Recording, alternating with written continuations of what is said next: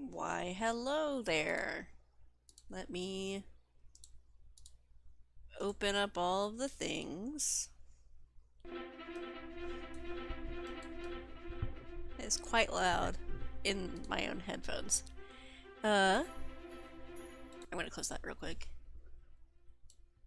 It's quite loud in my own headphones. Okay, hopefully that's an okay audio level.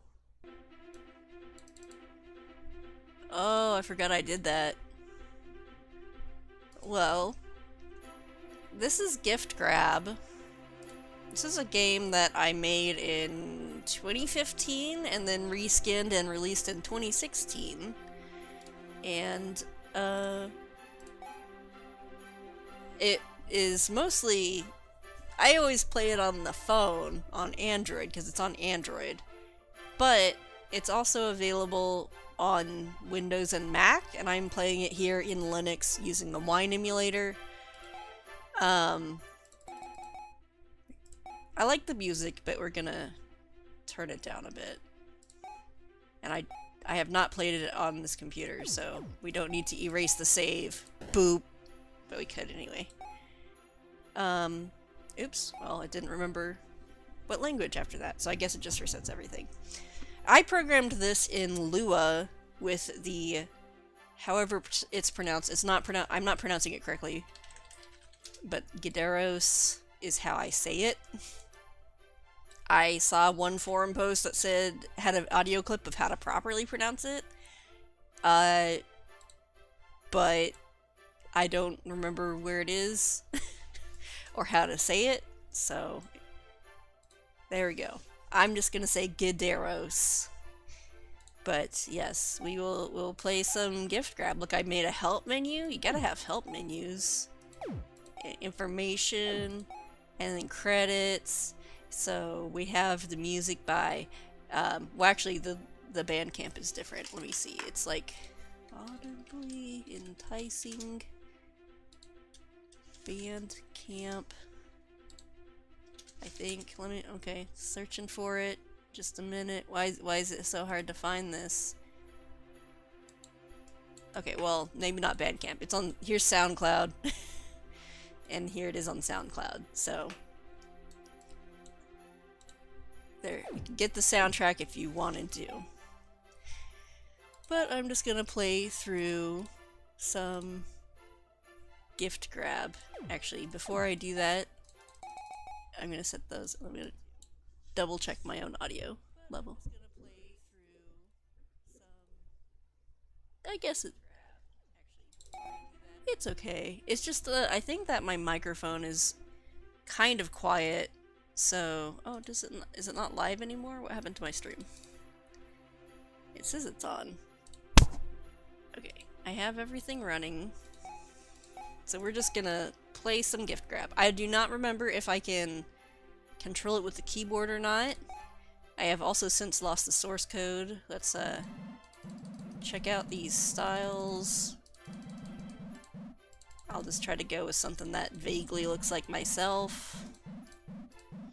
No, get by, but I don't have a story because I don't want to. Okay. Okay, I can hit the up button, so that's good. So, this started off as a different game, just different sprites and stuff. I made it for a company, and then they decided they did not want to publish it. So I basically refunded them the money that they paid me, and then I just released it myself. I only got paid like $600 to make this, I think. Maybe around that. Maybe it was like 300, I don't know.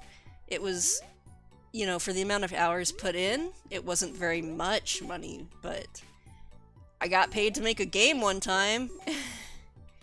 And then they didn't publish it because I was like, oh, I put a...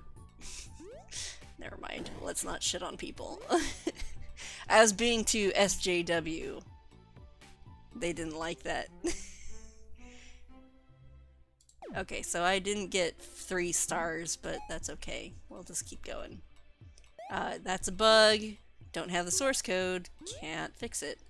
Why don't I have the source code? Well, because I have two Bitbucket accounts, and I think at one point I was moving all of my not often used projects to a different Bitbucket account, and I don't know, I just can't find the source code anymore, so I guess I accidentally deleted it off one of the accounts, or I transferred it wrong, or I just literally can't find it. So, that's an issue. Whee! And I couldn't have made it open source either because I had references to that company, so I didn't, without cleaning up the source code, I didn't want to like release anything. I could kind of adjust the window share so that it shows just the game window and not this whole border. I did that so I wouldn't have to worry about scaling. I mean, Gaderos automatically handles scaling, but I don't remember what was wrong with the scaling, or maybe it just looked bad because it wasn't like a double scale up, or, you know, a 2x, 4x sort of thing, so the pixels looked all weird. Actually, this was also originally all hand-drawn art, like, but no one would play it. I don't know what it was. I mean, it was for sale on Google Play for a while, but we only sold like 12 copies of it or something. Those are probably all people I knew. And since, you know, I make money at a day job, I have to have a day job to get by, basically. So at some point I was just like, I'd rather people play my games than buy my games, so I went ahead and made it free. So, I could check the stats on if anyone's playing it on Google Play. Probably not, but you know, maybe since it's November, maybe people are starting to download their Christmas games. And this is a nice quality Christmas game. I mean, it's simple, it's just one button, but there's no, well, maybe there's ads on the mobile version, but there's no DLC or microtransactions, it's just a simple game. If I had the source code, I'd remove the ads too. Let me see if I can get to my play console. We're gonna look at that. How do I view? Oh, it's kind of a weird. They're always changing this play console. It always looks different every time I come here. Okay, there are 6 users who possibly have gift grab, and that's probably me and maybe some of my kid friends. And I don't know who else. Someone who forgot to delete it from their phone. I mean, I do open this up and play it every so often on my phone when it's like, I can't find any games to play that aren't full of, like, ads and microtransactions. So then I just play my own game. The ad I have on this, on Google, is, just a banner ad that sits up top, so it's not like a video ad that pops up and makes you watch it for 30 seconds.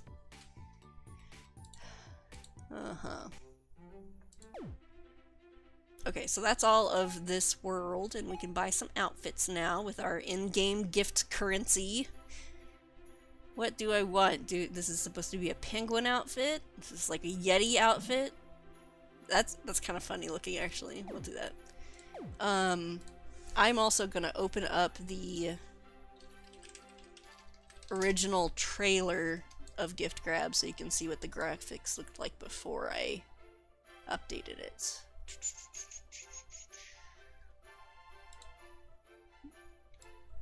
So, can you see that? So, it is, since that's what the original art looked like. So, if we go back here, now this is all pixely, but before it was hand-drawn-y. I changed the baubles into gifts because it's easier to translate things when you have like a nice square area to put the text in, because it's going to be different lengths and different texts. So, like, agordoi. So, and then the characters just look like that, and like, it is all the same art. I've just pixelized it since then. So, next we're gonna go to this world. You can customize your character outfits. I guess it does kind of look a little better pixelized because I'm more used to doing this kind of art. I don't know. And I've thought maybe I should make a sequel or port it into C++ so I still have source code and I can do stuff with it. But then it's like, no one plays this, so, no. I should have, made that smaller. We have maybe 4 people viewing it right now, so whatever. So, just gonna collect this. You get a special ending if you get 3 stars on every level. It's really just a static screen ending, but we will at least see the not complete ending.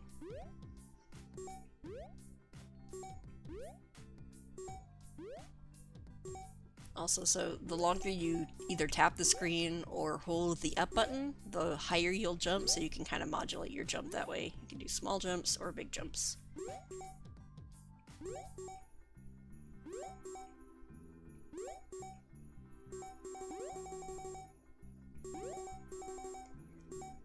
Oh man, that background is making kind of the... what is it, like the screen tearing? It just looks bad. Looks bad, man.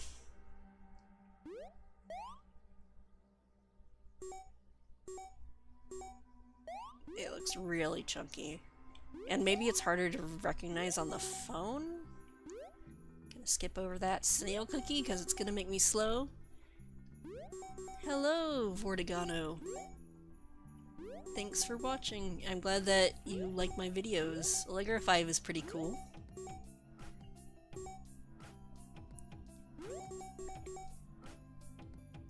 Whee! Oh no! Well, now I'm not gonna get 3 stars. In this game, basically you get 3 stars by collecting all the gifts and never getting hurt. So if you run into an enemy once, that's 1 star off. If you don't collect all the gifts, that's also 1 star off. So I did both. I didn't collect everything and I got hit, so I only have 1 star. What else we got? Oh, I don't have enough. Oh man. Okay. Do Owl Prowl. Oh, maybe this isn't the... It was fun making levels for these and testing them out. Of course, like, all of the levels, and I don't know if I can find it in the files that are here, but all the levels are just Lua files of data, and I did the levels by hand in text. I did not write a level editor for this. Which means I got it done. I didn't have to spend time working on a level editor. Which, if you remember from watching me try to develop Lynxion 2, the Cursed Castle, I ended up spending so much time on tools and not on the game itself. Okay. Well, I was just thinking of something, but I forgot what it was. I forgot brains. How do... I don't know. I'm starting to kind of feel dizzy playing this on PC, honestly, with the screen jitteriness and then the backgrounds that have the little scrolly bits. Like, it's kind of making me dizzy. Here comes some cats. Let's see, any other thoughts about when I was working on this? Like, I'm just kind of surprised I got a game done. I mean, I was expecting to get paid to get the game done, but oh, sneezy kitty cat.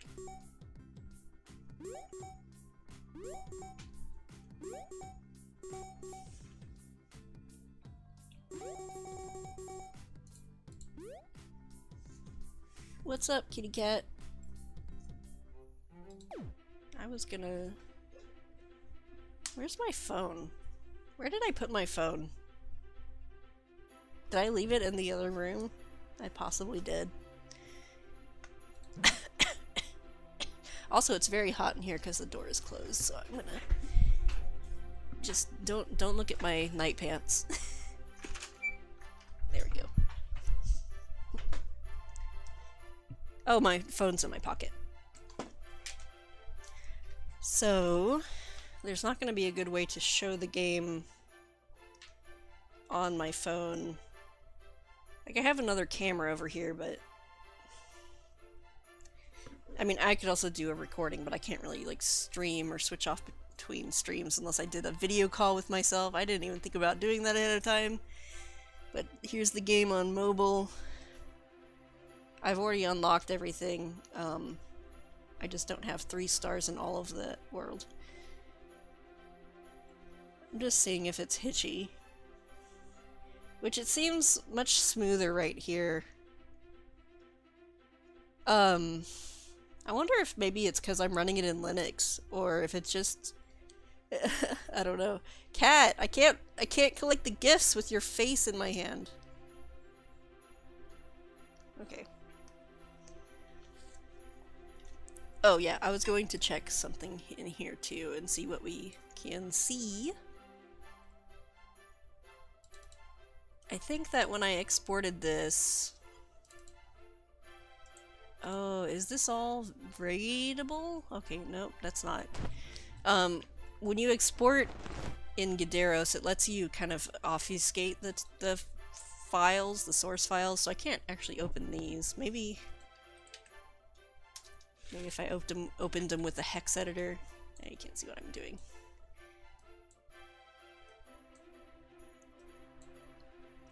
Well, that's not very legible either. So yeah, I exported these to be obfuscated because I did have information about that company in the source code, so I literally can't really show anything. There's... Even that's obfuscated, so the levels are all just Lua files. Okay. This cat has her head in my hand. She just wants me to grab her face. I'm gonna try playing this with the mouse. So I just have to click. Boop. Glad I added keyboard controls though, those feel much better.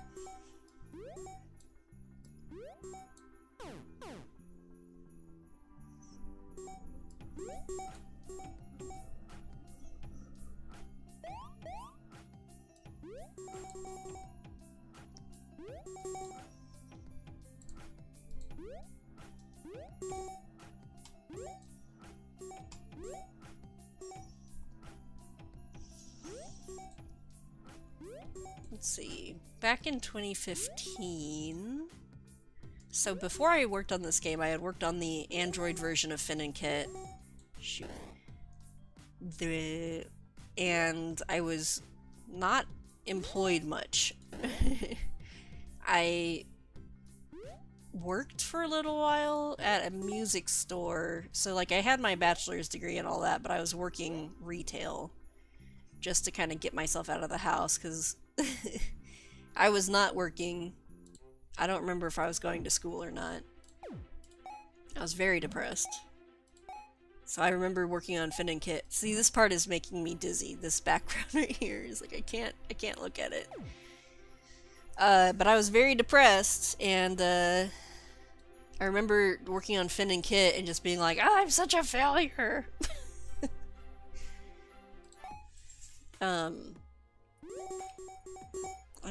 We're gonna play other games as soon as I'm done here, but it really is making me dizzy.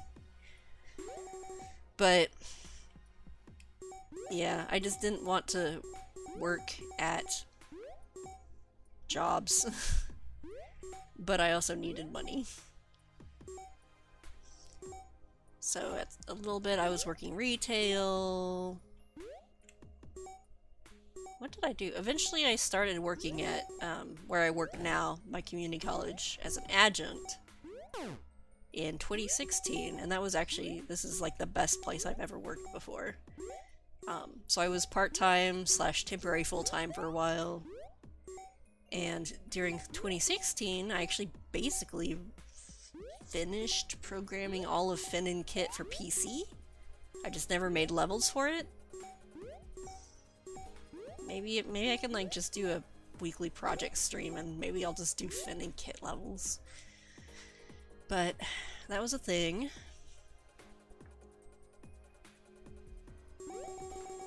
And then by the fall, did I start? I started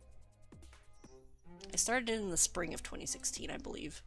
And then by the fall, things started getting really busy because I was working full-time and teaching full-time. So that meant, like, also new classes. When you're prepping new classes, it's like, maybe you know the content, sure, but then you have to, like, make sure you have all the assignments, you have to write exams, you have to write little quizzes on the web thingy-ding, gotta grade stuff. You gotta grade stuff whether it's a new class or not, but like this semester I have one class I haven't taught before. I've basically taught the same topics at a different school, but just the amount of work to like make new assignments is kind of, it's a big thing. So, don't get the snail! Ah, dang it, I got the snail. I have these snails here to, like, trip you up. You have to do a perfect run to get 3 stars. And so, like, you want to avoid snails most of the time so that you can have the correct amount of speed to avoid all the enemies and get all the gifts. So those are trap snail cookies.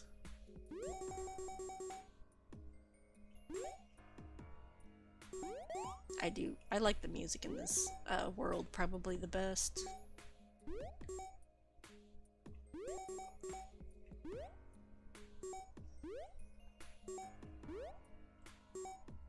Flying pigs. I also, like, I didn't animate these guys, but at some point I was like, ugh. And who cares? I don't know. Does it look worse? I mean, it could look a little better. It might make the collision detection more confusing if they were animated. I'd have to, like, make sure they stayed in the same region.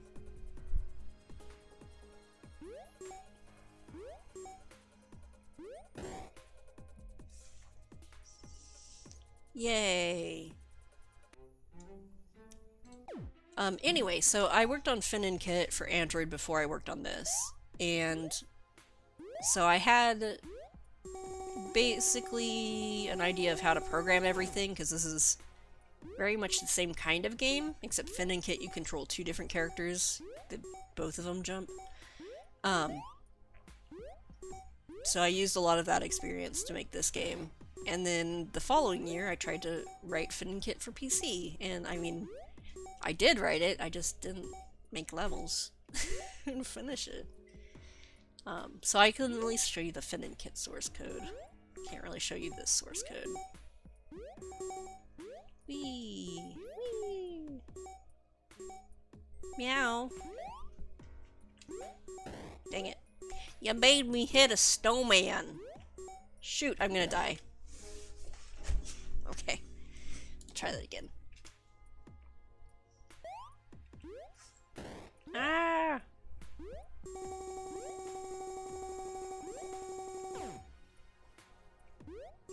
You know what? Making games is a pain in the butt.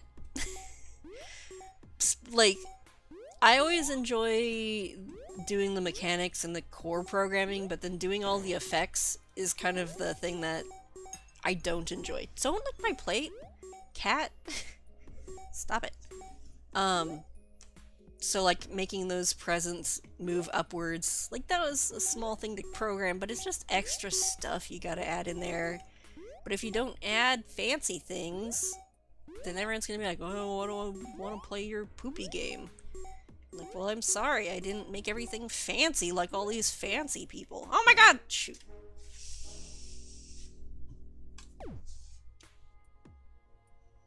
I'll try harder.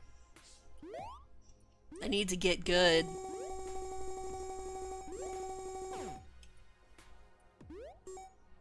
That one snail I don't think you could avoid if you wanted to get everything. So that one was a planned snail and not a phony snail.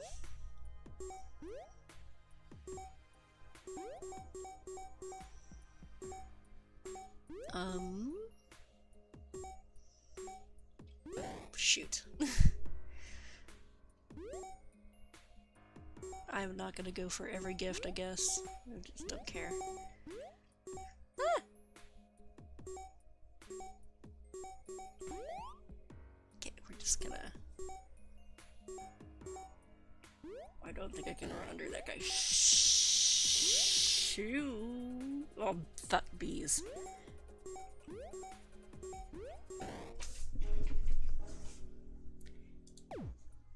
I didn't make it super easy.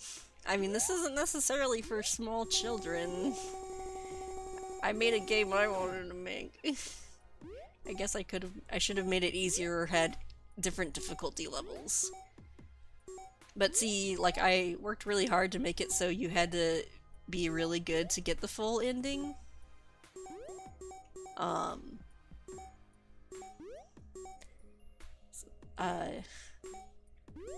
But considering the audience of the game I was hired to create, maybe that wasn't such a good idea.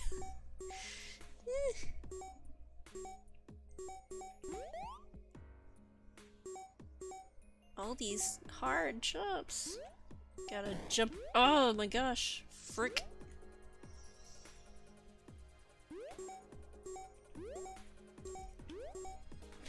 I did it! I deserve a new costume. Let's do candy cane. Oh, that's so weird. I don't have enough for the other ones. Could do gingerbread man. Or we could just do like winter clothes. Okay, this is the last level.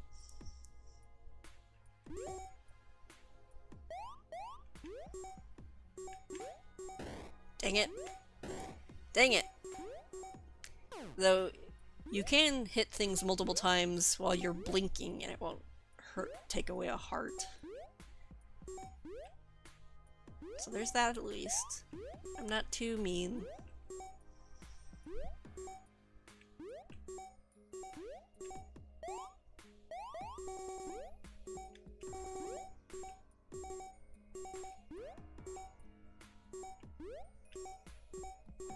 Man, this is so jittery.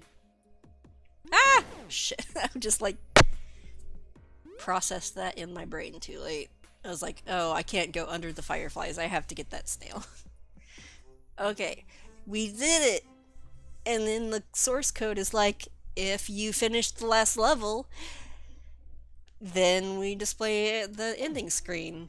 So here's this. You've traversed the northern lands of cold, and during your journey you proved quite bold. Hurrah for a job well done! However, you still have more to run. Christmas won't be ready until you obtain all the gifts and receive no pain. Collect all gifts and avoid all obstacles for the full ending.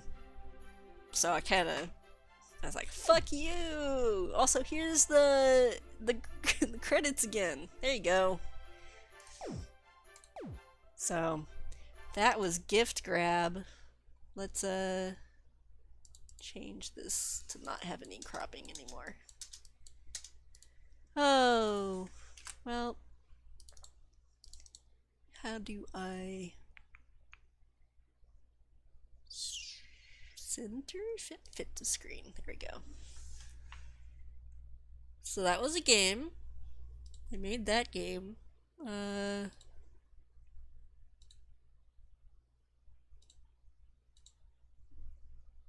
Back? Oh, we're going to the itch.io page. Let's maybe play some Finn and Kit.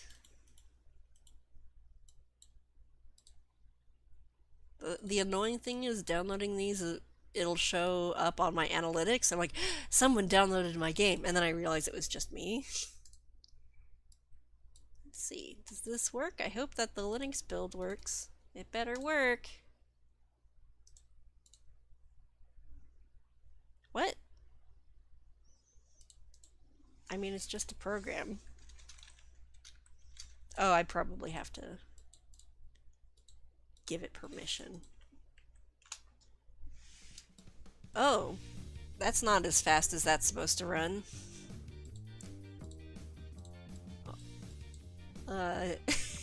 So timing may be off.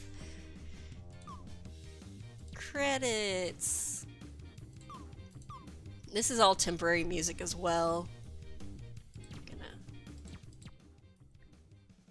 add multiple languages, I think. But so this was written in C++.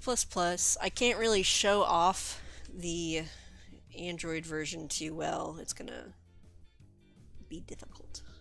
Actually, let me try.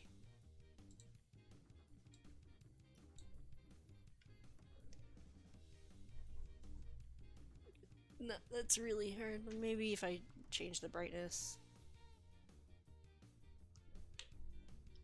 Okay, so that's the original version. It had a name that was hard to look up. Has story, level editor, custom levels. So the level editor, you just click on that button to choose which thing you're gonna put on the screen. And you just put them on the screen.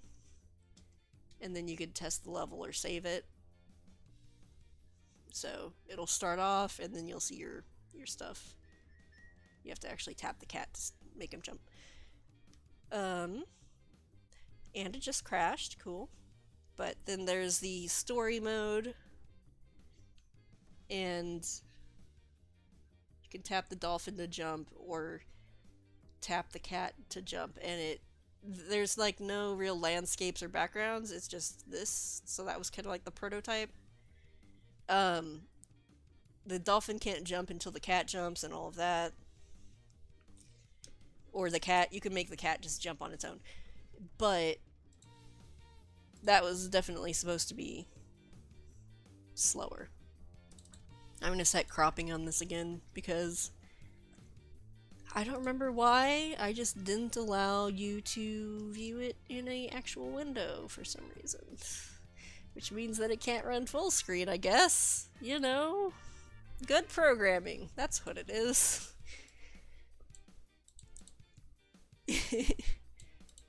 Thanks, Vertigato. So let's go ahead and hit play.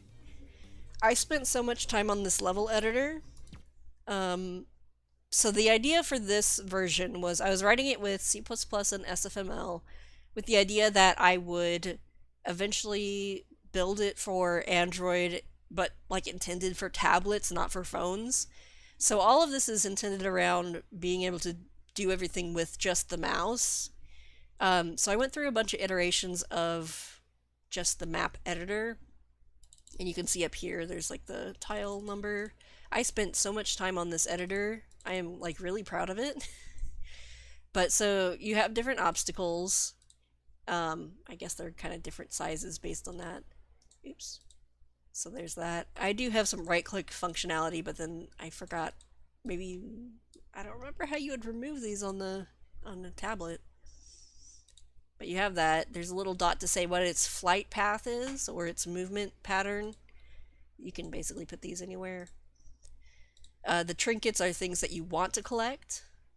So there's like a bucket of fried chicken just in the ocean. Good. I don't know why. It's there. We got Luther from Freddy Fish. Don't sue me, please. And also extra lives. So you only have one life. You start with no extra lives in Fin and Kit, but you can collect a life in the level just to get one extra hit. Then as you can put a level int marker here. You can select a character and you can set their behavior. So let's just make a behavior showcase. Let's just show off all the behaviors. We'll do, I don't know how far apart they should be spaced to do this properly. But if we had, we'll do dot, we'll go down. This one should probably be further up if I'm going to do that though. We'll do one up here too. This one we'll do left, which just means it moves faster than the scroll. They're different backgrounds. This music was all temporary. Then there's a way to test. So here's the down guys, here's the left guy, and then here's the one that's just basically it doesn't move, but it moves with the screen. Or if we had, this is just random. This is go up. This is go in a arcing pattern. This is go in Medusa head pattern.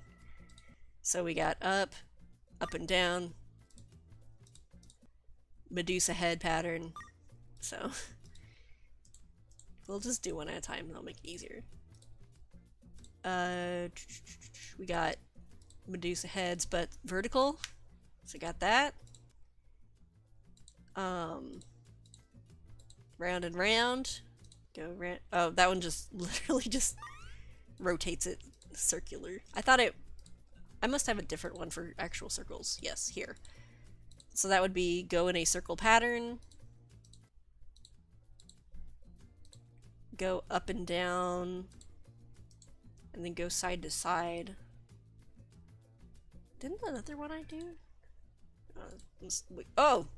There's a graphical glitch. So another reason I didn't finish this was there was some sort of texture issue, probably because I was just using like raw pointers.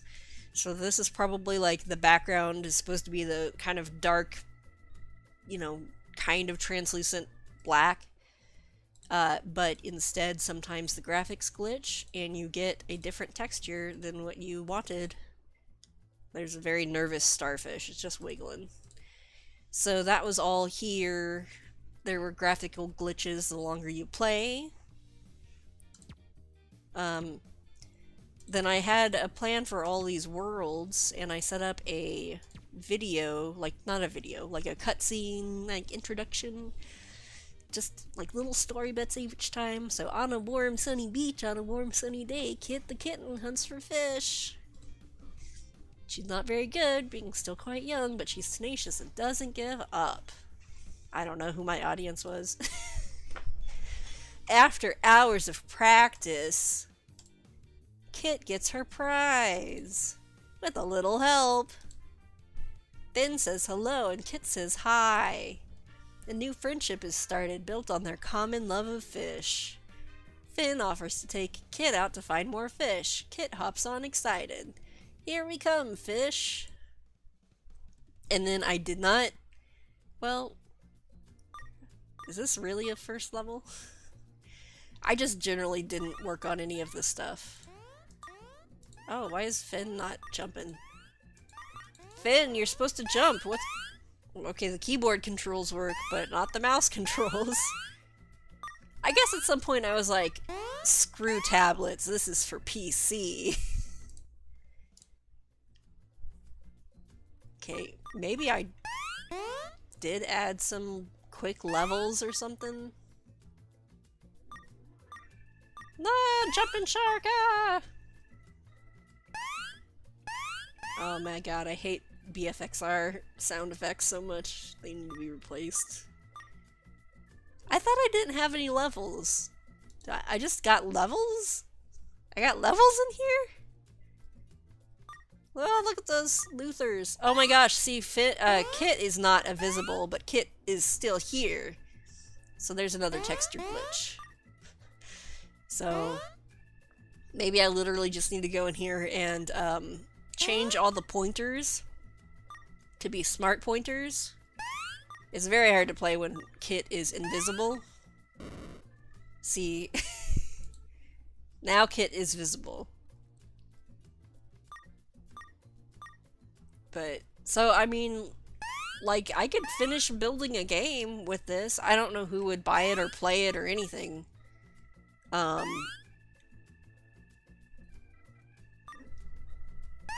don't know, just release it as early access. I don't know.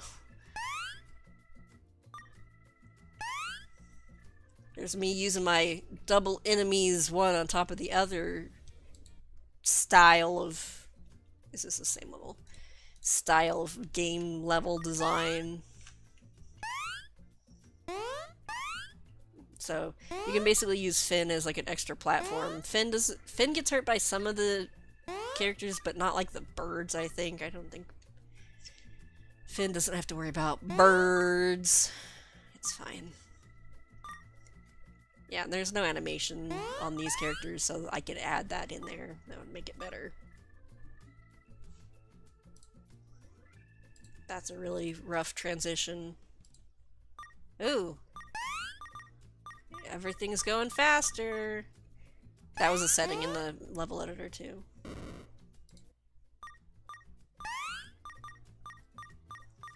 So there's the extra life. Let's hang out down here. Oh shit, I shouldn't have done that. Ah! Sharks exist! Oh my gosh, that bird.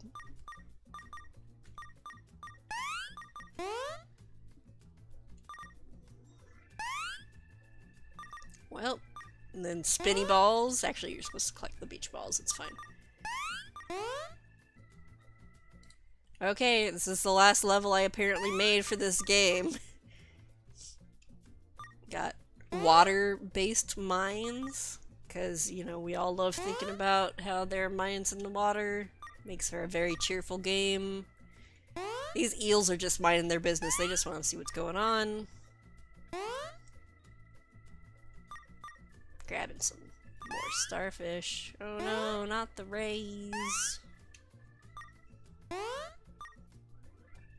Speaking of, do you remember where you were when you learned that Steve Irwin died? I remember exactly where I was. I was in my friend's basement. We were like, I don't know if we were doing, I think we were doing a LAN party. But, okay, and then here's a graphical glitch. So, you know, not complete, but a lot, it's early access level of quality. I could have had people play it and give me feedback and iterate on that. Maybe I could still do that. I don't know. But that's Finn and Kit. And we'll close that. What else we have?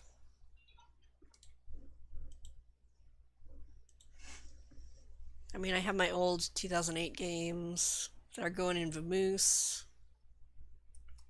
We got some visual novels that my friends made. Yeah, what else? The kids really like the toilet paper game. We'll play that. I took the Vamoose over to the kids to let them play Vamoose, and they were like, is toilet paper on here? I'm like, no, it's not. Sorry.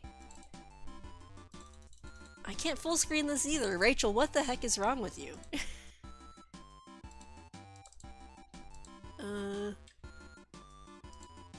This is just a game I made as a joke Christmas present. Because my cousin, Rebecca, has a pet peeve, and I understand it. She hates it when her roommates finish up a roll of toilet paper and then don't add a new roll of toilet paper to the little stick thing that goes in there. So I actually made a board game for her based on that concept, and I programmed this game for her.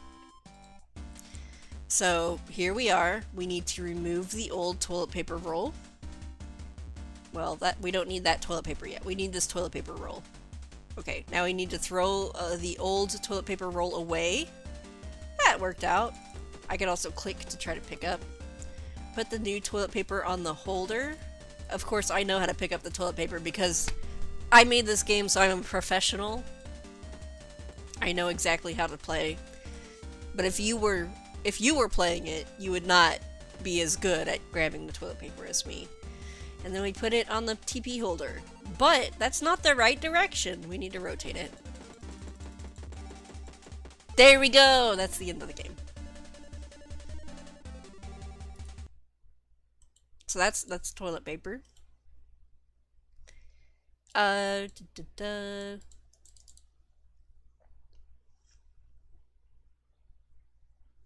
Kingdom Quest. Is that even downloadable right now? I don't think it is. No. Because that was also just a prototype. I miss some of these games. Ah, dang it, it's on GitHub. Can I download the demo?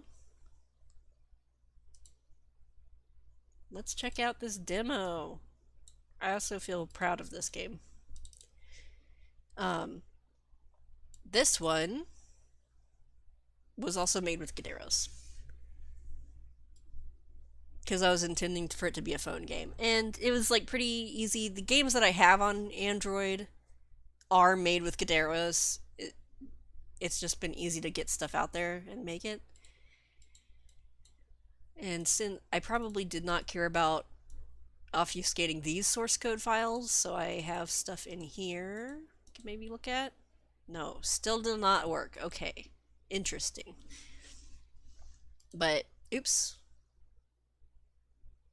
we're gonna have to close that and reopen it. So the idea with this is it was supposed to be a language learning game, just a game you can play on your phone to like help you study a language, just practice with the language or something. Minimize that. And so you would set a helper language and your target language. And so for example, I know English and maybe I am learning Esperanto. And then this just says this is a test game. There might be errors and bugs. And then you say, okay, cool. Here's the translator information. Cool. Invalid ID translation credits. Awesome. So this one is like you'd play it on your phone, you know, with your finger. Eventually, this is an early version. I eventually had it so you just had the D-pad on the bottom, and so you didn't have to be moving your hand all over the place. But see, most of the game will be in your target language. And so, mi marchas orienten, I walked east, and so it'll tell you what you're doing there. There's a mushroom. There's a stone, so once you get up here, that icon changes to a pickaxe. In the newer version, it would be at the bottom of your phone, and that would turn into a pickaxe for your side button. So you just click on that, and then now you get some copper. It says cupro. Mi collectas cupron. I collected some copper. Here's a mushroom. Fungo. You can attack it. Vi atakas la fungon. It is now dead. Is that everything? So yeah, this is kind of a pain in the butt to play in this way without having the D-pad. Like, it sucks to have to move your mouse or your finger to just move. It's not fun. So then between each level you'd have something like Chu vi volas cheti ilon. Do you want to buy a tool? And then you could get a potion, a potion, tertremo, a magic scroll for earthquake, schnurro, a rope to go up a level, or not buy anything. I only have 2 monies, so I can't do anything. And I think this might just go forever because it's literally just randomly generated areas, but you just mine for things. And the idea was this is supposed to be part of a set of mini games for learning languages. I wish I could. Oh, I can use my keyboard. Thank you, Rachel. I still only have 3 money, so we're not buying anything. There's a sandwicho, a sandwich. There's a more difficult snaky snake. So if it runs into me, it'll hurt. I don't know how I'm supposed to attack that snake. Well, I attacked that snake. So then you can just keep going as long as you want, and then, you know, this is just early. This is like a prototype. So you'd eventually find more things, but this has a limited amount of objects. But I thought it was pretty cool. I mean, don't you want to learn languages by dungeon crawling, right? Or I guess cave crawling. Vesperto. Goodbye. We have some more money now. We can buy a thing. I don't think the items do anything, though. So we're collecting silver. Yeah, I do not remember doing anything for those scrolls. Talpal. Sandwich. Of course, if you're like me, then you'll just collect everything really fast and not even see what you got. Oro, gold. Amethysto, amethyst. So it just procedurally generates, but then it'll say like, oh, what level are you on? Based on that, you can get these things out of the rocks. Oh, I have an item there. Let's go get ourselves hurt. There, got double hurt. I can use the potion. Okay. Well, now I have no money again. Why do I have 75 money? That's not bad.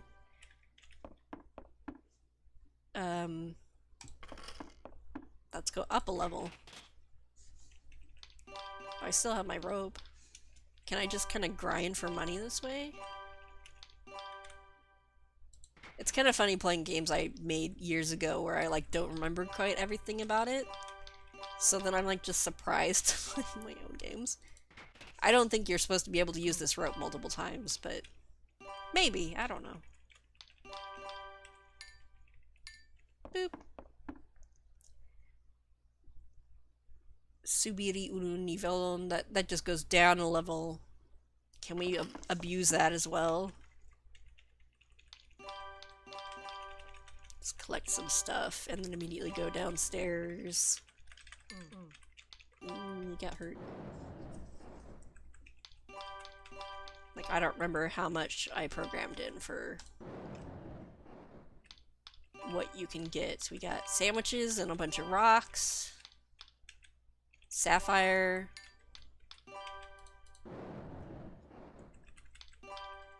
Oh, skeletons. They're scary. Oh, I didn't see what that was. Diamonds.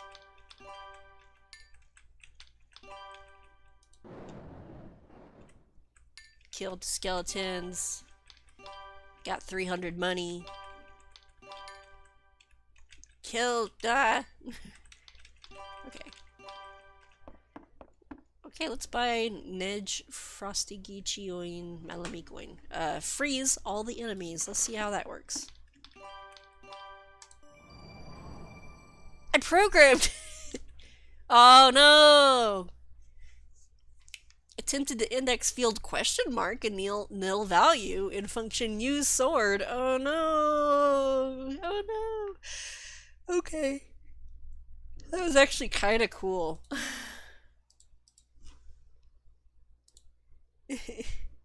I could play some more. I don't know. We can see some other stuff too.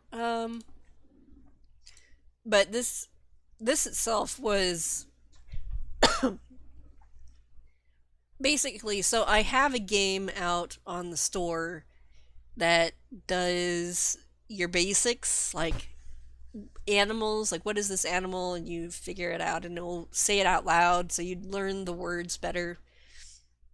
Dress up game, a color drawing game, food, vocabulary, numbers. So that's out there for English and Spanish and Esperanto, up on the Google Play Store. But it wasn't designed to work for PC, so I never exported it for PC because it assumes you have a back button, basically.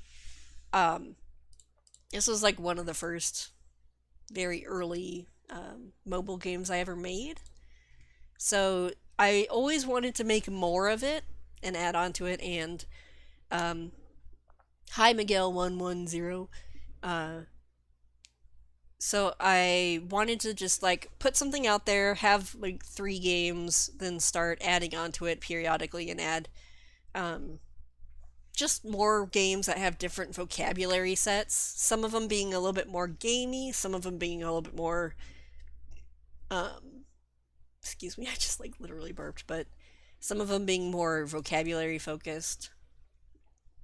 So those were cool. And I've tried to start that project again several times. It's just that I've never had the motivation to really get into it and do it. And again, there's the Android version.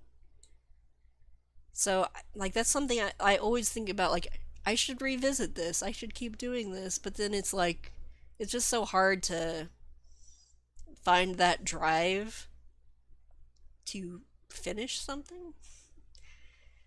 Let's see. I don't have a download of Undead Debt, do I? No.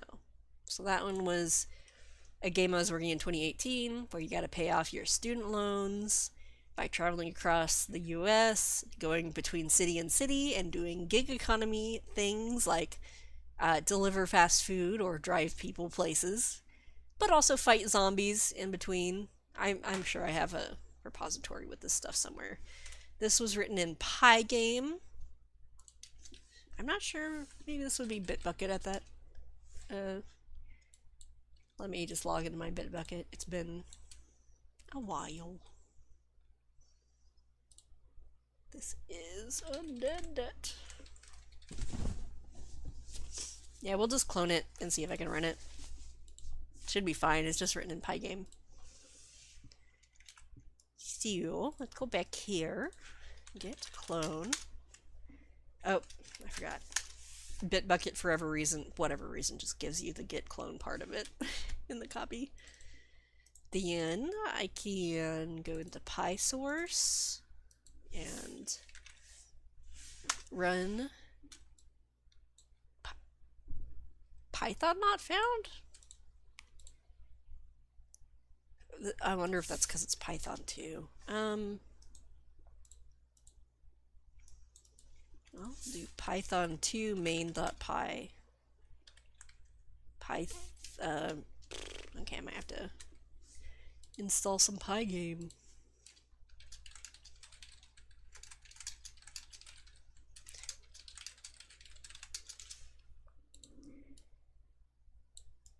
I've thought about Pico 8, so I'll just put this over here. But I guess it's still hard to be motivated to do that as well. It's not so much whether, like, the difficulty of implementing a game isn't the thing that stops me. It's kind of the audience or the lack thereof, and just being like, no one's gonna play this. So that's kind of what kind of kills my momentum the most. Let me install. I hope this isn't going to install. Okay. So I think Pico 8 is really cool. And I've seen a lot of cool stuff with it. And I don't know why it's so hard for me to just write games for the sake of having fun. Oh, I have to clone another thing too. Just a moment. Let me continue searching my Bitbucket.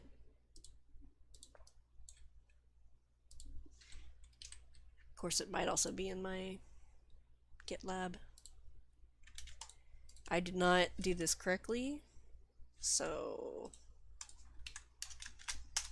I should have made this a submodule. I did not, because I didn't know what that was at the time. Okay, cool. I guess we won't play that. I'm not gonna go. Yeah. I mean, part of it's like, what am I going to make that's any different from what anyone else makes? Like, why wouldn't you just go play a cool game by somebody else instead of me? I'll move this over here so there's like a little chat window.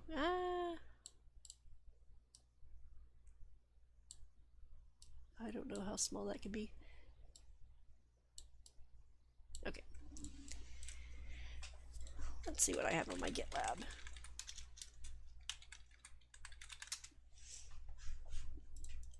And I have other games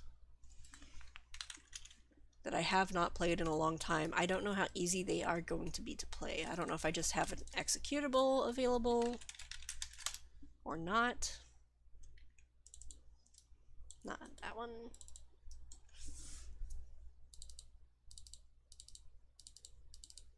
I probably did not Yeah, I didn't commit a binary file because that's not something you should do generally. Um,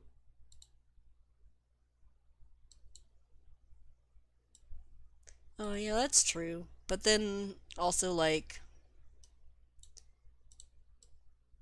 I don't know. How do I get my normie friends to like go download a Pico 8 to play my games, right? Like at that point it feels like I'm just making games for other game developers. And like when I was younger, I would be able to kind of just write a game for my own self and be like, this is something I want to play. So I made it because I want to play it, which is still a little true of what I make, but it's just a lot of work to make a game. And then if literally nobody else is ever interested in it, then it's really hard to kind of keep up with that. Now, I do think that like my educational games, I could get interest in. You wrote some C64 games for yourself? Yeah. Yeah, all my like 2008 games and stuff, these old classics. Um, I wrote them because I was learning how to program games, so it was still very exciting to me to like figure out how a map works in a game, uh, or figure out how movement works, or figure out how momentum works, and just like I know that stuff now, so that stuff isn't really any. It's not new to me at all, and that also adds a level of drudgery. Like I already know how to program this. I don't want to have to program it again. I don't know. But here, maybe we'll play some classic Lynxion. Oops, I just opened that twice.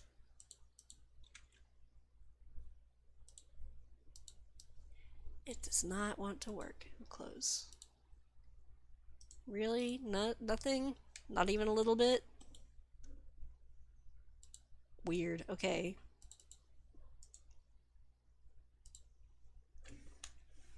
Well, here's Rarrinth. This is the modified version from when I modified it for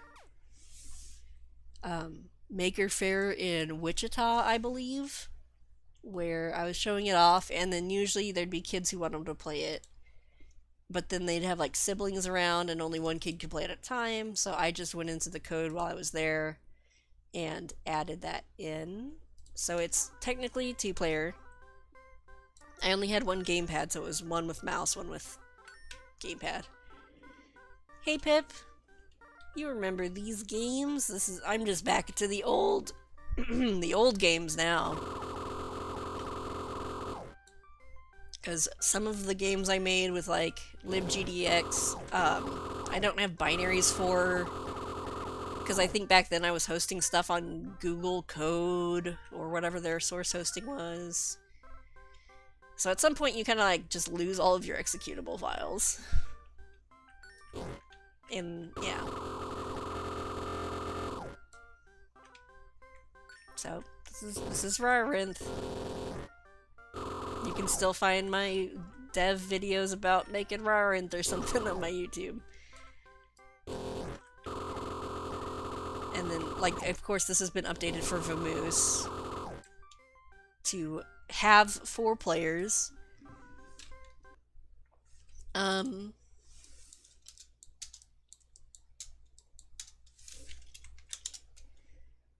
What else we got? Let's play some of the games that I didn't make.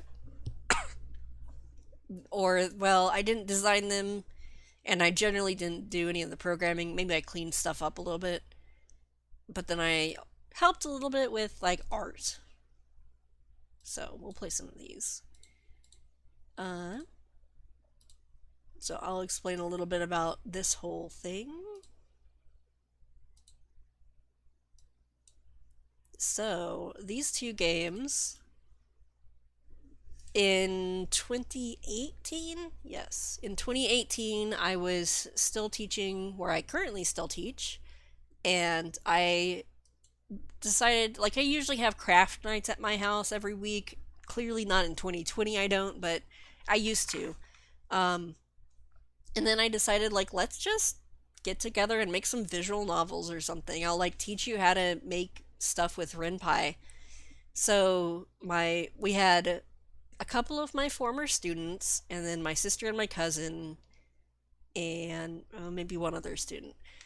And they would just come over to my apartment, like every weekish, I guess. I guess it was every week, whenever they were available, and work on visual novels. And so they all got quite a bit of stuff done, but the only ones that kind of got completed were these two. So let's start off with Panic at the Dog Show. So my sister did this one. If it'll... Yeah. Heck yeah. Oh no. That's not my programming problem. That's a RenPy issue. So, I did this menu. I cleaned up some of the code for everyone, but otherwise, my sister wrote all the scripts. She hadn't done programming before this. I'm gonna make that a little bit slower. And she did the art. I did some backgrounds, but she did all her character art and stuff. So that was really fun. It's really fun to make a visual novel, and like, I really enjoy doing backgrounds and character art, but she did the art here. So we'll start that. And I think it's really funny. The door's open. Back when Comic Sans was still acceptable font. I mean, this was in 2018, so this was like, we're purposely using Comic Sans or whatever this font is, right? The door's open. It's Kansas's largest dog show in Kansas. So I did this background. It was kind of a rough one. Just, puns! Anyway. Wow, I've never been to a dog show this large in Kansas before. I'm a little nervous. I'm shaking. You're almost always shaking, Francis. So Francis is supposed to be a chihuahua. True. Elise and Francis make their way to fill out the exciting check-in paperwork for the show. We could talk to another doggy in line or stare straight in front of you and don't talk to anyone else ever. What do you think sounds like a good decision? Let's minimize that for total immersion. We'll do the second one. Elise and Francis stare straight in front of them, unblinking, and don't move. And eventually the whole event is over. Whoops. Antisocial end. So there's multiple endings and stuff. We'll just skip to that again. Talk to another doggy in line. Hey, how you faring, little Sheppy? Nervous, but good. Does my hair look okay? Yeah, it looks very good. Little Sheppy will remember that. Elise and Francis get to the counter with all the exciting and cool paperwork.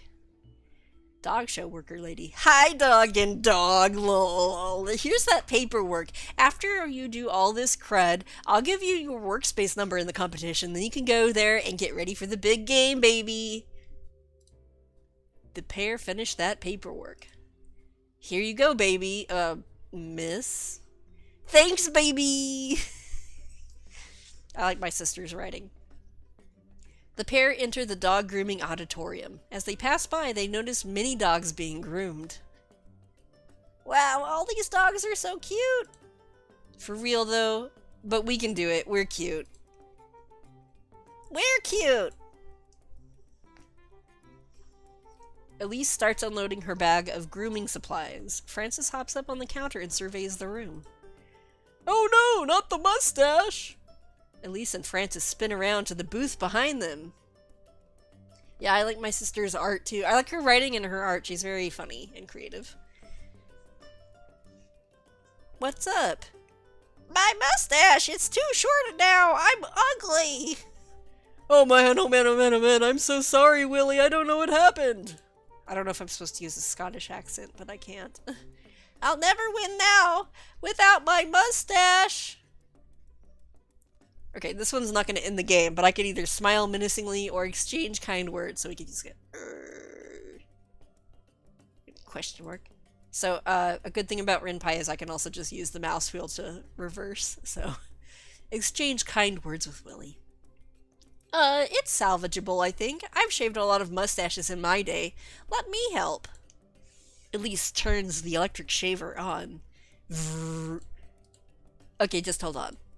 As the shaver gets closer, the sound becomes more of a and vibrates violently out of control. No wonder it shaved your mustache clear off. This razor sucks. I can't stop my hand from shaking.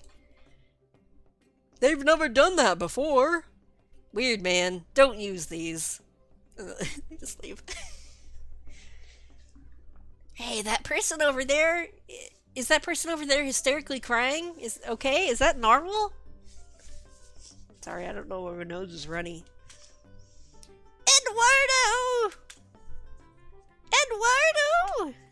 Eduardo! Is there something going on? Did you see a little Pekingese? Very smushed little face, very fuzzy, named Eduardo. Is he over there? Elise points to the Pekingese grooming area filled with very loudly breathing Pekingese. No! So this is sorry, he's missing. Oh snap, baby! Should we help her look? And this also doesn't end the game, but we'll help Pashmina. We'll help you look. The crew of two start running in a random direction before they stop to think about where they should be looking. Where should they be looking, though, really? The bathroom or the parking lot? Let's go to the bathroom. The two head into the bathroom. It's very stinky. Only stinky smells in there. But you haven't pooped in a while, and this seems like the perfect opportunity to do so. You finish your business in the stall, but look over to see that there's no toilet paper. Francis, could you get me some toilet paper? Put my mouth on public toilet paper? Yeah, okay. You both decide to sit there until help arrives. It might be a while. Bathroom end. Okay, we'll reverse. So we'll check the parking lot. You decide to look in the parking lot. It sure is hectic today. Ah, well, darn it! The two look over to see a man in his car and his dog in his chair with the man. A man and his car and his dog in his car with the man. Is there something going terribly bad here too?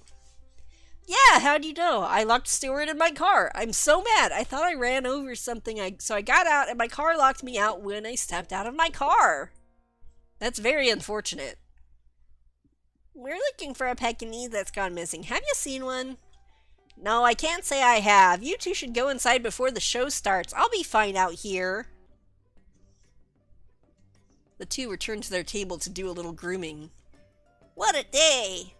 I know. These things seem weirdly going awry, you know? Do you think it's the government? Yeah, I mean probably. Okay, I think we're good here. I think the show's starting soon.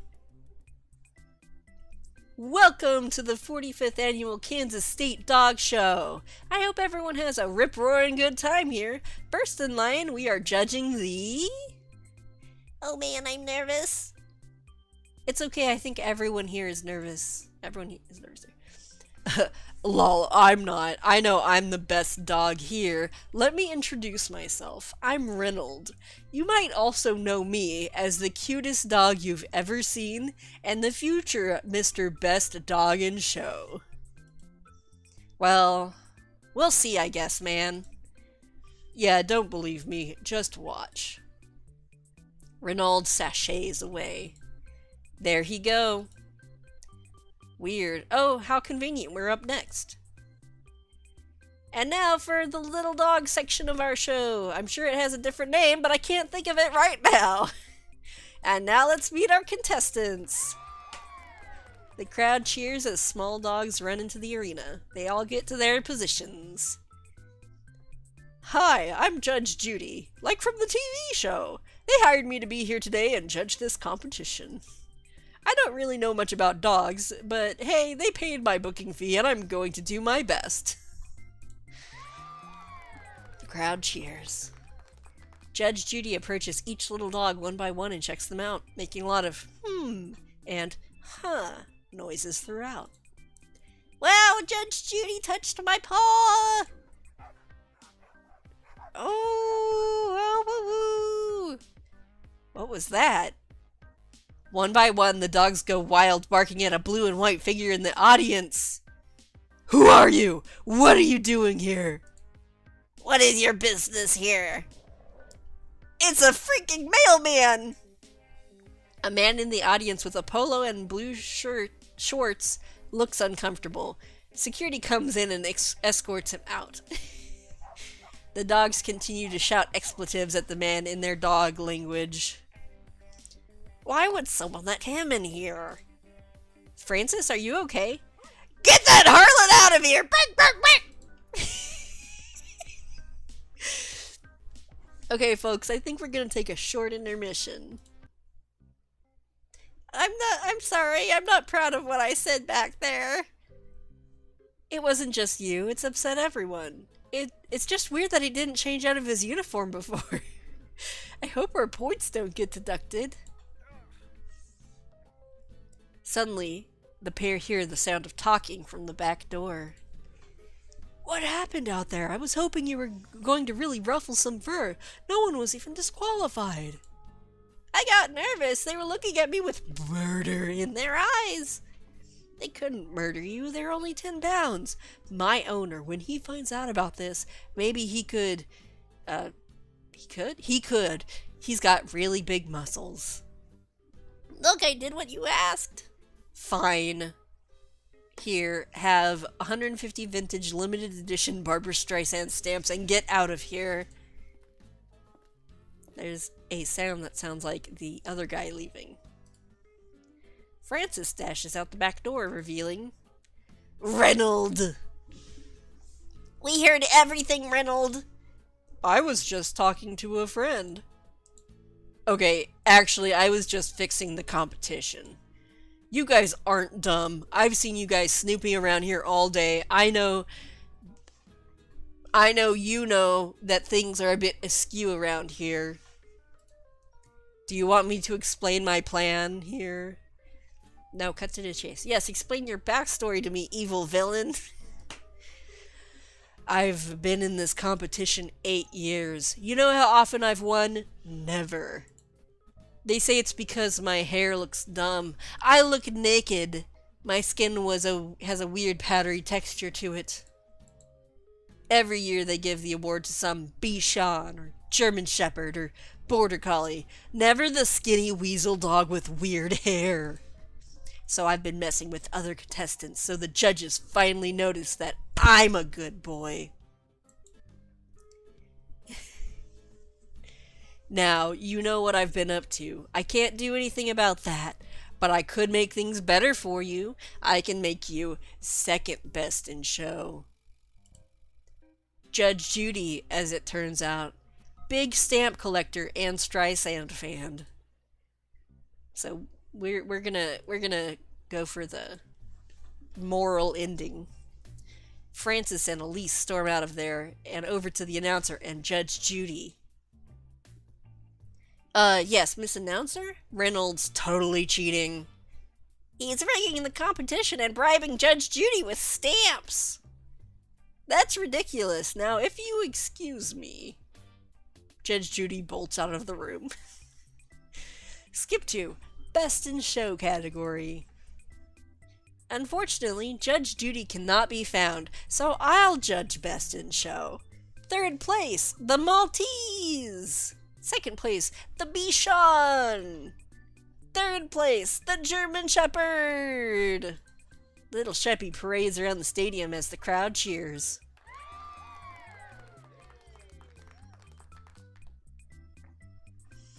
Aw, I didn't win. It's fine, there's always next year. Later, Francis and Elise attend the dog show after party. The announcer approaches the two from across the room. I should have believed you guys. They found a ton of Barbara Streisand-related stamps in Judge Judy's car. Even though you didn't win, I wanted to give you something to thank you for doing the right thing. The announcer hands the two a medal. The medal reads, Most Ethical Dog Award. Wow, thank you. I try. I have another surprise for you. Suddenly, famous TV dog trainer Cesar Millan appears. Wow. Sorry. Wow! I need a drink.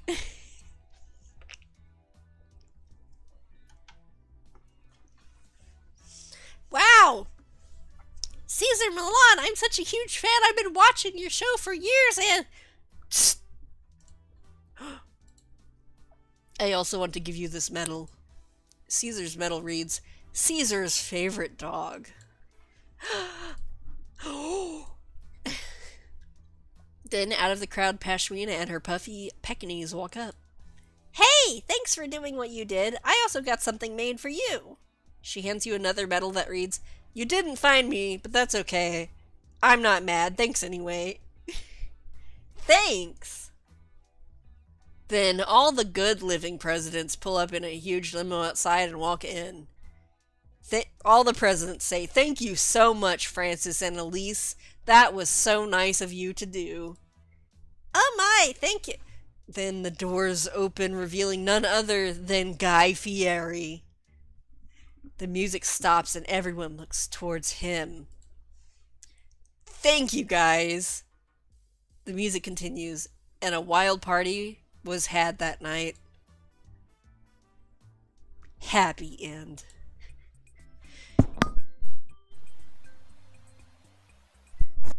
There we go. You didn't need to hear that burp. So yes, that is my sister's game, Panic at the Dog Show.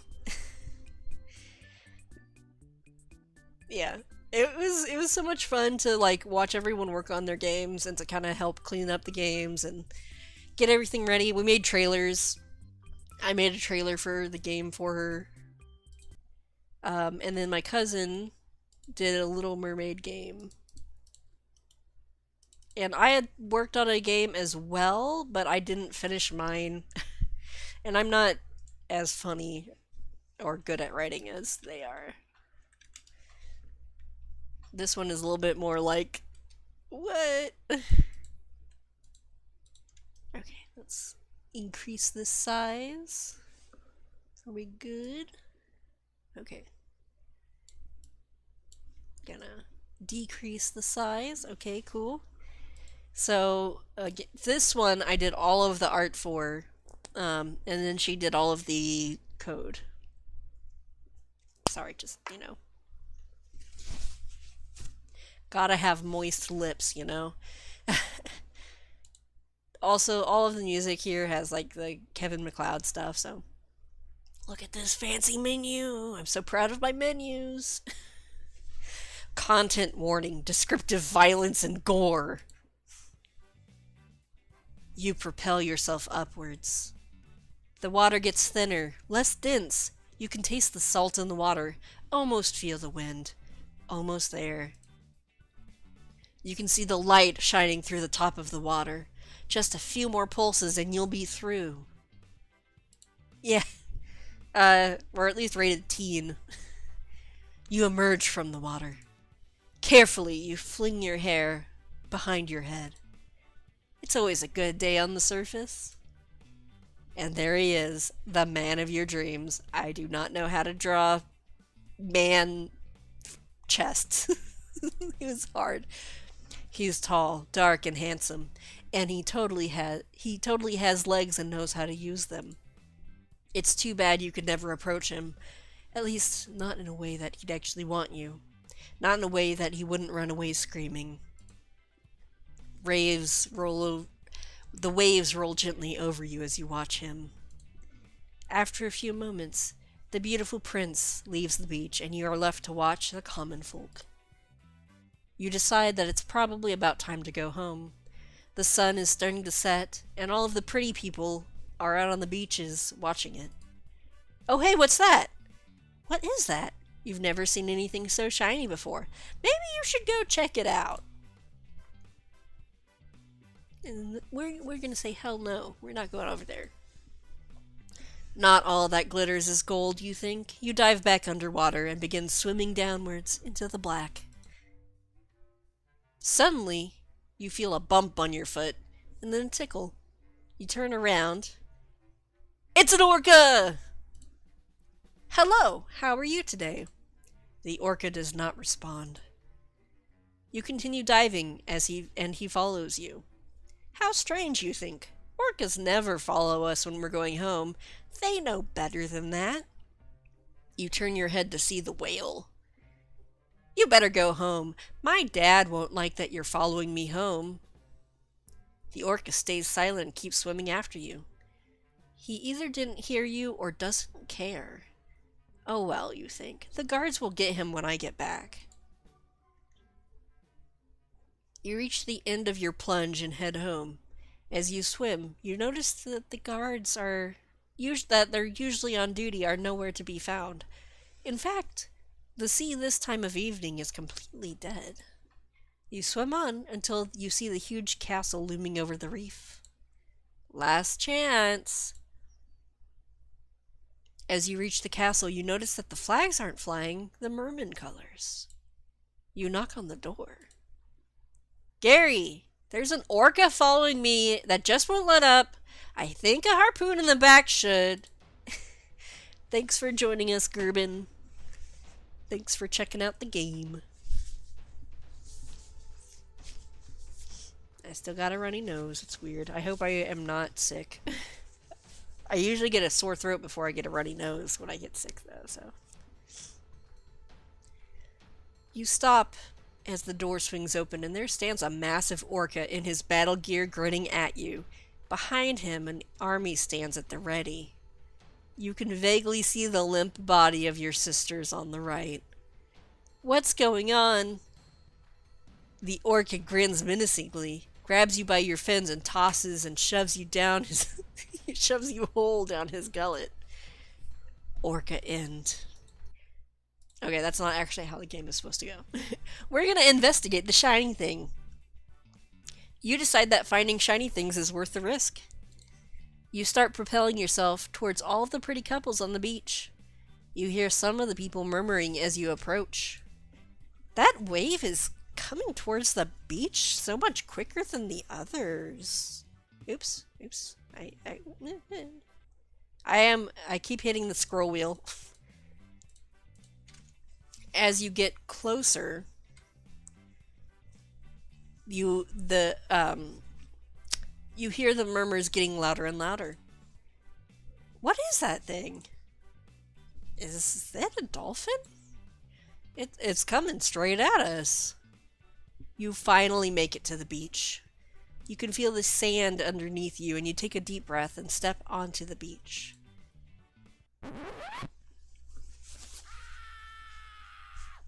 And that's when the screams started.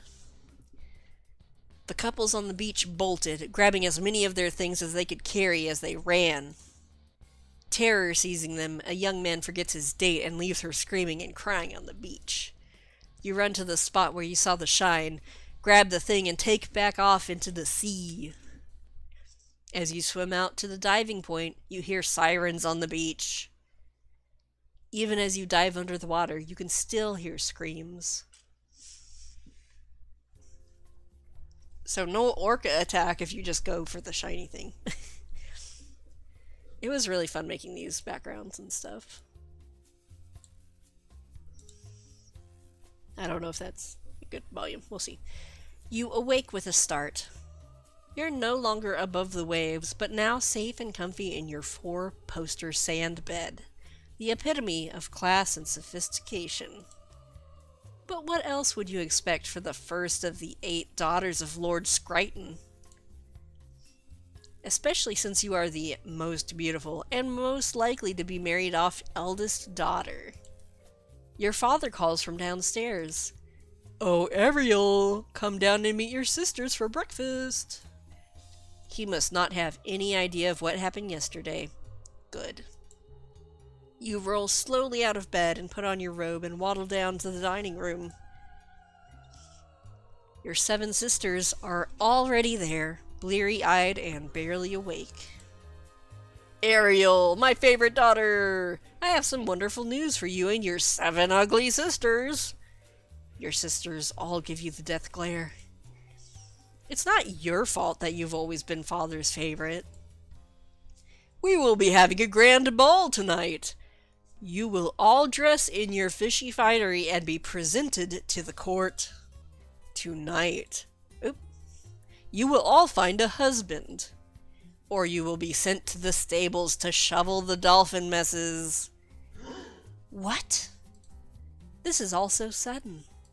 Surely we should have time to prepare. The Siren Sisters had years to prepare for their balls. We have less than 24 hours. Now, I've had your maids lay out dresses for you. There will be the finest gentlemermen here to dance and swim with you all. I expect you will all make me proud. Now go forth. And with that, your sisters screech and run out of the room to go make themselves as beautiful as possible. Luckily, you don't need that much time, so you decide to wander around the castle for a bit. Where would you like to go? I don't know. Just go places. You decide a nice stroll through the gardens is a wonderful after-breakfast idea. It's a brisk sea day, and the coral gardens are glorious as always. Not many are out and about, as most people are readying the castle. You decide to walk the anemone maze and lose yourself in the serenity. As you make your way towards the center of the maze, you can make out some whispering. A boy and a girl. You decide to sneak closer and can just make out what's being said. Georgie, I can't. What if she asks for our firstborn? Or something worse? Steal their firstborn? Who? What the hell is going on here? Clara, if we don't go see her tonight, we'll lose our chance. I've heard that she only stays in one place for a short time, and with everything I've been hearing, she's already been here for too long. But what if something happens?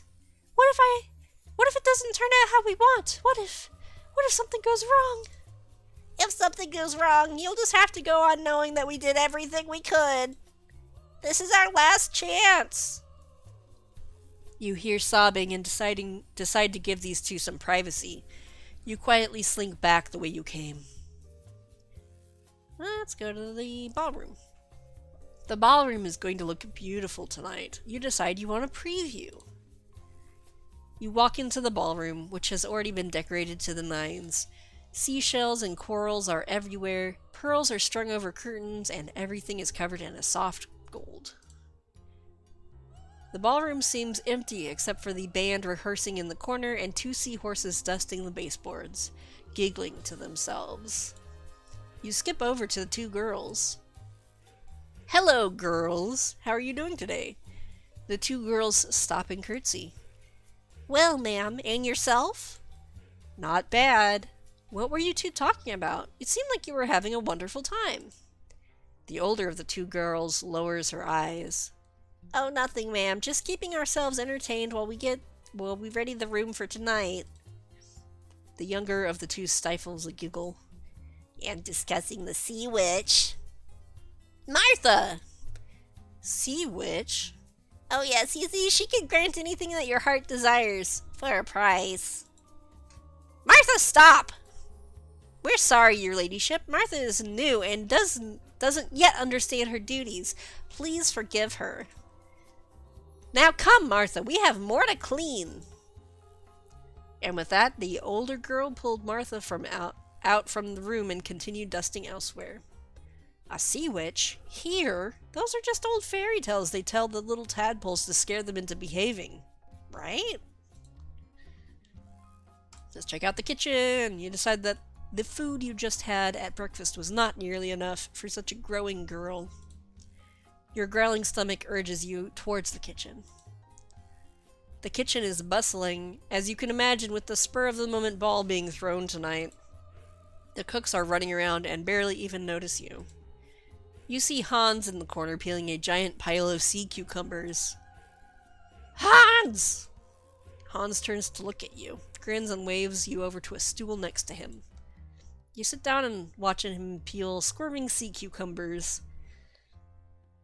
I don't understand how you can manage to do this. It's gross. Oh, you get used to it after the first 20 times. How are you, girl? You pout. Oh, Hans, how can I get married after I've already fallen so deeply in love with a surface dweller? You what now? I was watching him on the beach yesterday and he dropped something shiny. I just know if I return it to him, he'll love me too. Darling, you are out of your mind. How would you stay up there without any water? You wouldn't be able to swim or breathe. How would you survive? I don't know, Hans. I just don't know. Well, just don't be believing any of those rumors going around. Those seahorses just like to gab. Nothing they say is the truth, darling, and you'll just be hurt when you find it out for yourself. Rumors? Hans stares at you and blinks slowly. Now, what did I just say? Yes, Hans. Well, I should probably get going. Enjoy those sea cucumbers. You quickly turn and march out of the kitchen, desperate to find out more of these rumors. Well, I guess I did that out of order, so we'll go back to that room. You decide you've had enough fun and decide to return to your room and get ready for the ball. Just as your father had promised, there's a beautiful dress laid out on your bed. It's your least favorite dress you own, of course. You sigh and walk over to your vanity. You might as well put on your jewelry and makeup first.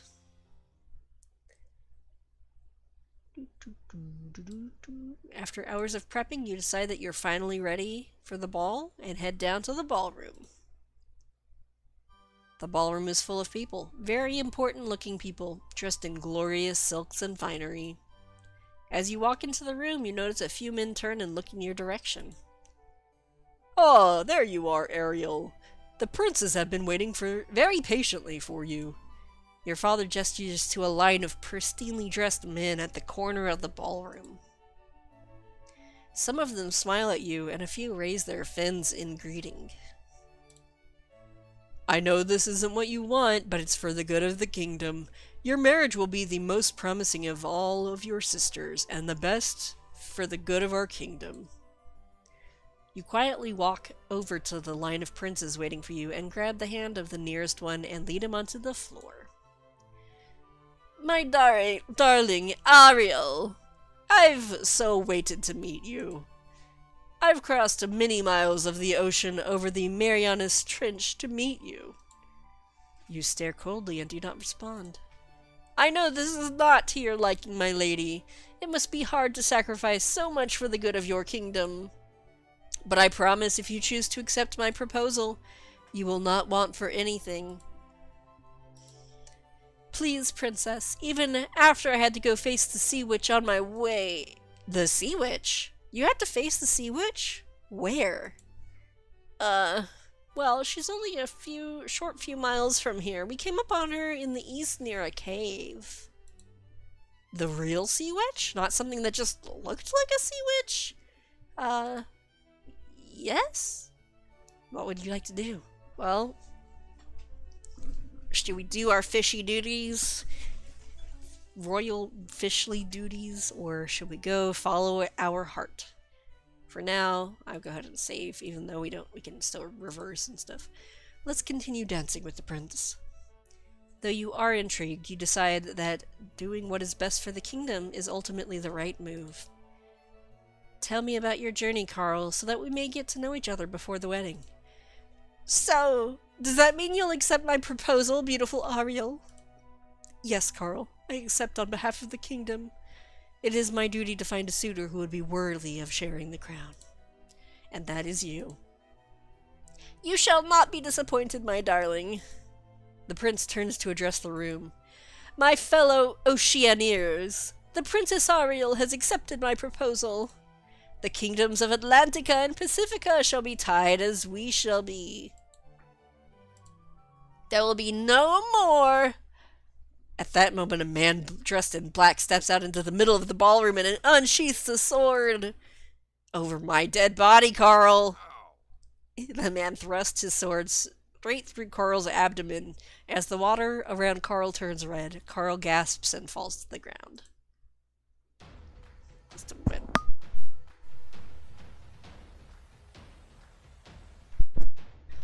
The ballroom goes crazy. Men and women scream and run. Everyone is pushing towards the only exit, away from the blood and the mysterious man.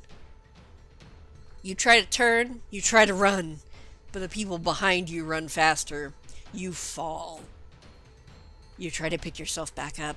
With every push to right yourself, another foot strikes your back, pushing you down. Hundreds of people stampede out of the ballroom. You cannot get up. The feet on your back feel like 1,000 boulders pushing you down. The pressure is too great. You gasp for air as it is pushed out of your lungs with each footfall on your back. You can't breathe. You try to scream, but nothing comes out. No one reaches to help. You slowly drift into blackness. Trampled end.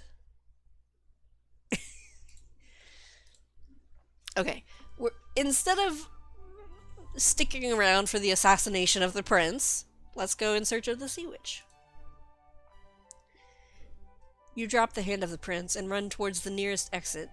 You have a sea witch to find. Ariel, where are you going? Get back here this instant. We should have voice acted. We should have had just all of us make voices. That would have been funny to have possibly bad voice acting in the game, but I love bad voice acting. Instead, you'll have to listen to my bad voice acting, so your father would be disappointed, but no amount of Prince Carl would fulfill what you want. True love is waiting for you, and you have to go find it. You arrive at the only place you could imagine a sea witch living around here, and where Prince Carl would have had to have passed in order to arrive to the ball. The haunted cliffs of Crocheter. You've heard rumors of beautiful girls coming here, only to never return. But maybe they never returned because they got all their wishes, all that they wished for from the sea witch. You take a deep breath and head into the largest cave mouth. It's dark and the water is cold compared to the outside of the cave. You shiver and flap your fins for warmth. Luckily, there are no alcoves or offshoots from the cave, just a single, long, dark tunnel. You walk forward slowly, trying to see into the blackness. After what seems like forever, you come to an opening into a large room. There are tons of treasures sitting on natural shelves in the cave wall. Tiny silver tridents, round black and white discs made of a ticking noise, fireflies in a jar, and all kinds of tiny ornaments. So I drew all the backgrounds, but here's a Furby, here's some spoons, here's a 7-Up bottle full of fireflies, here's one of those toys we had in the 90s that was a wiggly ball. I don't know what it was called. More fireflies. Tire, computer. You know. I don't know what that is. They look like tin cans or something. There, towards the back, you see something that is almost identical to the thing you grabbed off the beach. The thing that your true love dropped. You run over to pick it up. Who dares enter my cavern of solitude? It is I, Ariel of Atlantia, daughter of Skryton. From the ceiling, a large man with a long gray beard drops. You stare as you have never seen someone that large before. He takes up nearly half the room that you are both in. The man chuckles and sees your surprise. Funny how you princesses are always drawn to this place. Why, just a few years ago we had... Well, never mind, that's irrelevant. Daughter of Skryton, I am Ursula, the Sea Witch. You stare open-mouthed. This was the Sea Witch? Not what you expected, eh? Well, it never is. How may I be of service to the loveliest heir to the Atlantean throne? I I hear you can grant wishes or do magic or both? You heard correctly, princess. But what magic or wish are you requesting? And what can you offer me in return for your wish? In return? You had not thought of what you could offer the Sea Witch. Well, I don't know what I have to offer. The Sea Witch chuckled. Girl, you have much to offer, but if you do not know, perhaps I can choose for you. You ponder it. You give the Sea Witch something, and in return you get what you want. The Sea Witch wouldn't be able to take anything that you really need. All you really need was your true love who walks above. Nothing else matters. You may choose, Sea Witch. The Sea Witch grinned, a large toothy grin. Very well, Ariel, daughter of Skriton. I choose to take your identity. You gasp. What? That's not fair. My identity? Who I am? The Sea Witch would be Ariel? Go home and have Dad kiss him goodnight? Surely this is a joke. You can't possibly want my identity. How can you even take that? Look at you. You look nothing like me. Ah, but with your identity, Ariel, I will be taking the essence of you. Oops. It need not matter how I look, as everyone who sees me will see, hear, smell, and taste you. Therefore, they will believe that it is you. It is only fair considering what you wish. You don't even know what I wish. I never told you. You want to live on land with your true love, no? But it is what they always want. Now, would you take my deal? Or no? Will you take Ursula's deal? Let's take the deal. I'll take the deal, Sea Witch. Just, please don't hurt my family. I would never, girl. Now close your eyes. It will be over soon. You squeeze your eyes shut and try not to cry. You'll never see your dad again, or your sisters. You'll be a completely different mermaid. Forever. I need to burp. Okay. Suddenly, you can't breathe. You reach up to your gills, but they're not there. You force your eyes open. You can barely see. Everything is so murky. You hear the Sea Witch laugh. Better hurry, girl. Your prince is waiting. You bolt upwards towards the surface, swimming as fast as your legs can push. After what feels like forever, you reach the surface. You burst through the surface and gasp for air. What? What happened? I couldn't breathe there. I couldn't... As you grab onto a rock, you support... for support, you notice... Your fins. They're gone. Instead, they're replaced by grabbers. Like what the prince has. It worked. The Sea Witch has changed you. You pull yourself onto the rock and lean over to see your reflection. Look at you! Look at how beautiful you are! You have human hair and lips! You have grabbers and chest lumps! It's amazing! Now you just have to find your prince and return his trinket. Then he will fall in love with you for sure. Once you finally get your strength back from the long swim, you set off towards your beach. Your swimming isn't what it used to be.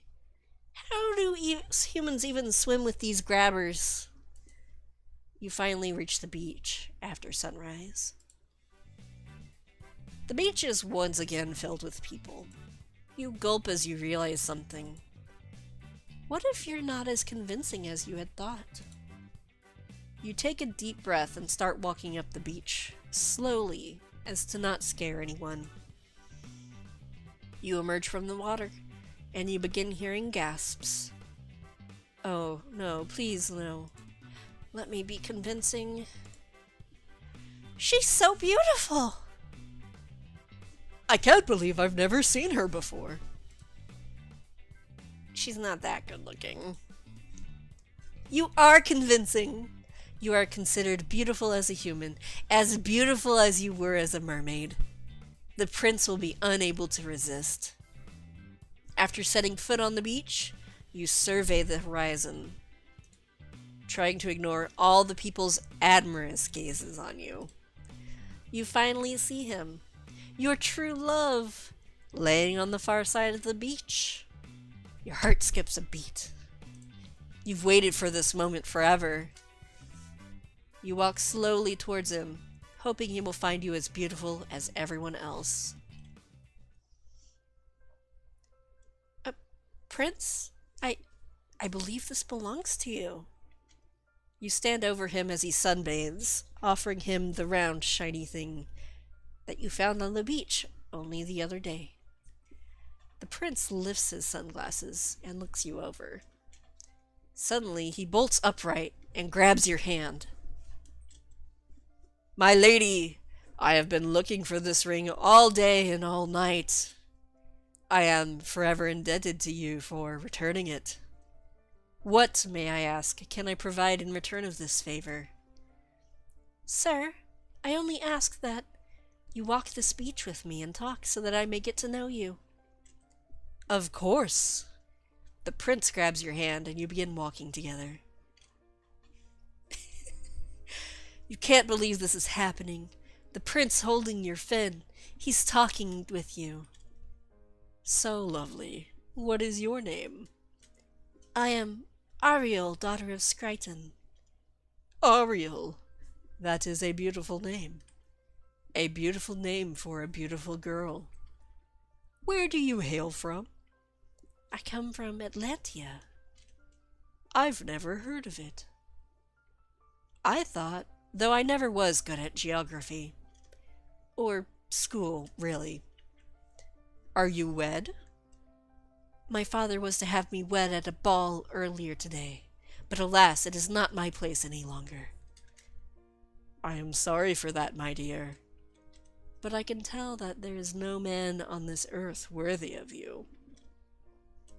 The prince leads you to the far end of the beach and sits down near a large boulder.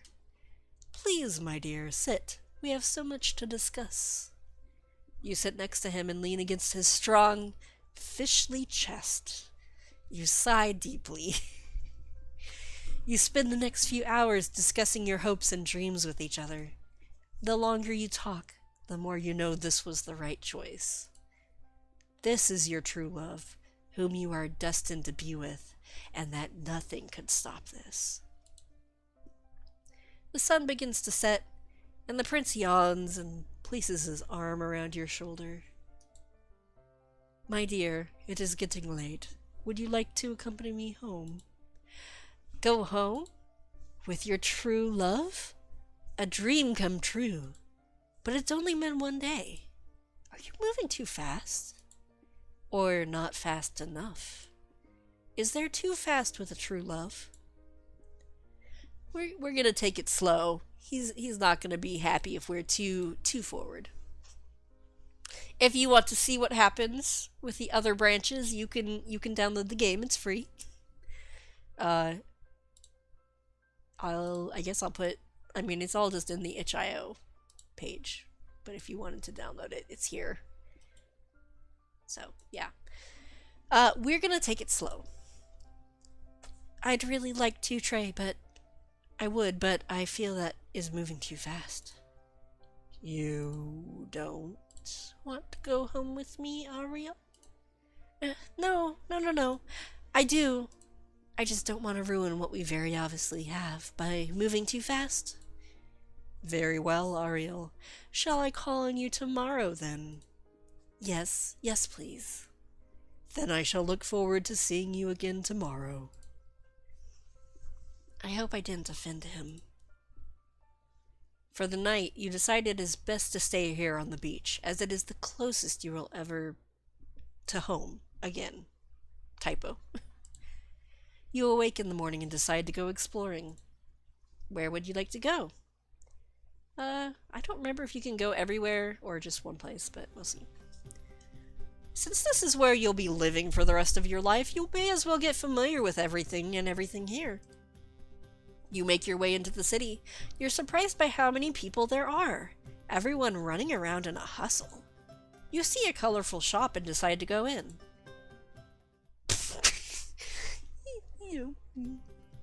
I wish I could pause it. How do I pause in between? That background, you know, gotta put Freddy Fish in anything nautical themed, which we also did in D&D as a battle a evening ago or something. I will show that to you later. I'm gonna open up my Roll20 though, and I will show you the Freddy Fish battle after. Okay. You walked into the shop and gasp. This shop sells beach souvenirs.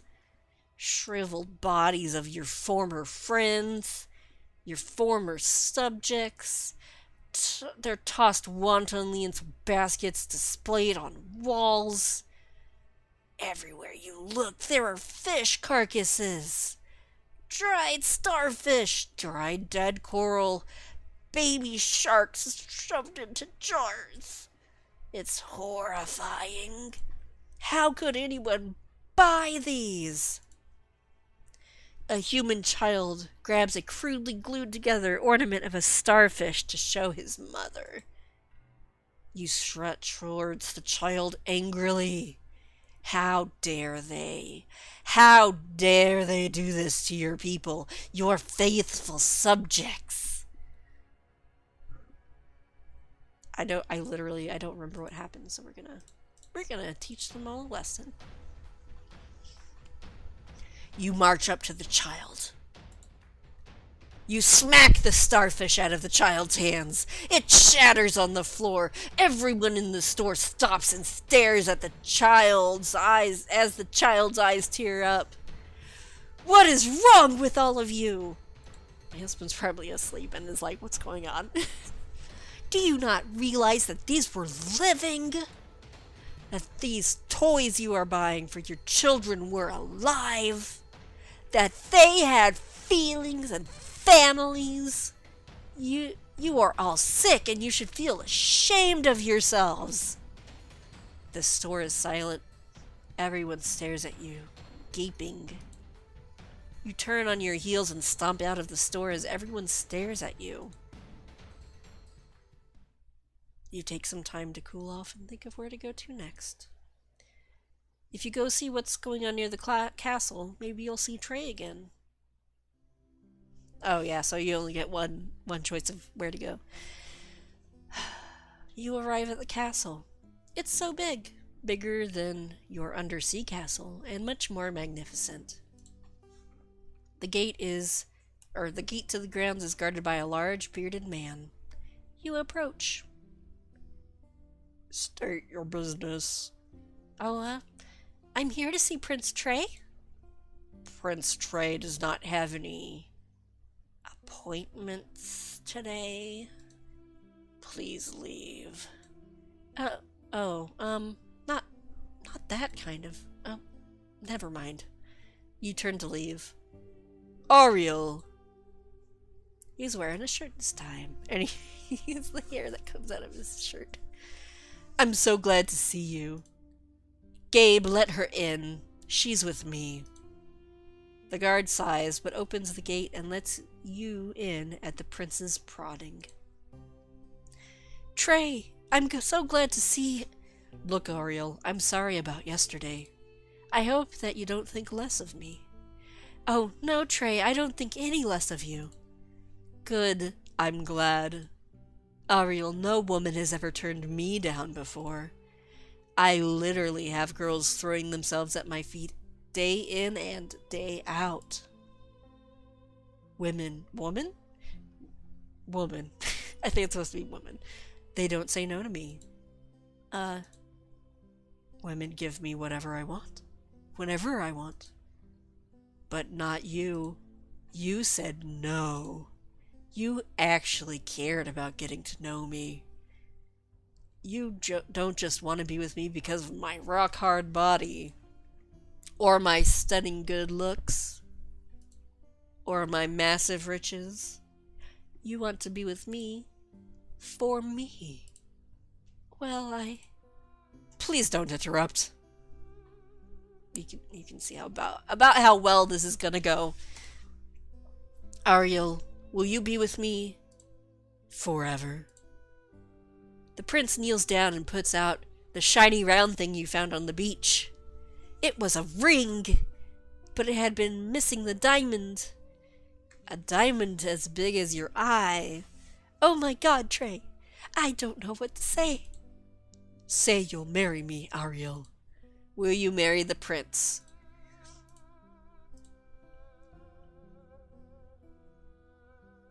We're gonna turn down Trey. If you want to marry the prince, you'll have to download the game and see. Trey, I don't know you. What? I've known you for 2 days. Well, less than 2 days. And I don't know you, and I just moved here. There's so much I haven't done yet. There's so much I want to learn and so much I want to see. Fine! Go do what you want! But just know this, Ariel.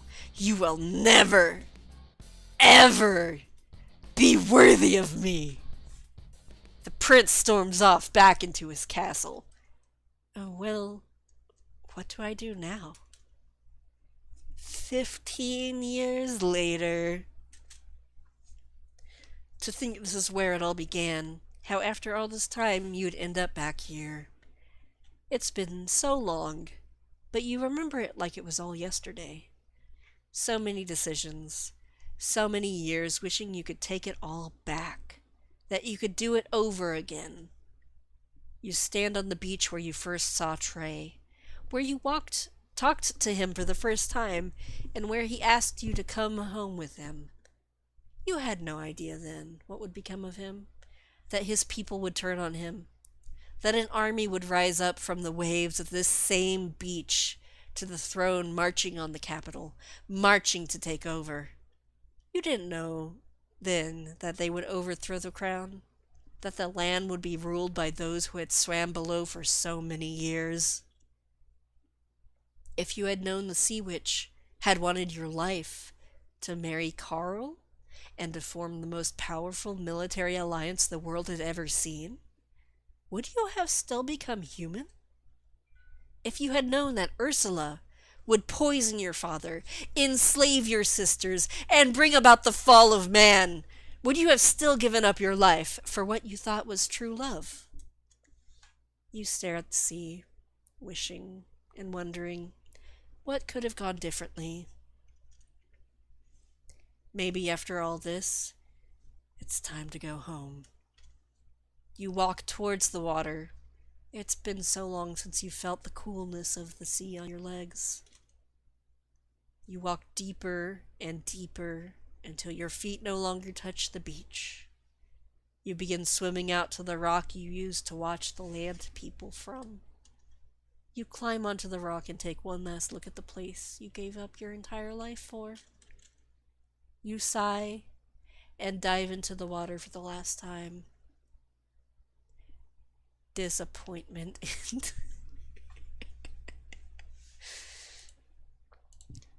So that was the game by my cousin Becca. And just really quick, I'm going to show you the Roll20. We're going to do the D&Ds. We're going to open up the Zarefich Lake. So they had a fight over here, and they had to fight Fish Fiend Freddy and Fish Fiend Luther. they had to be on rowboats and, use actions to move the rowboats and save Arabelle from this old guy fishing. So this is all of them hanging out, doing their thing. It's always kind of fun to we're done with this map, but it's fun to go back and look at the map. And this is their HQ. Oh, there's a picture.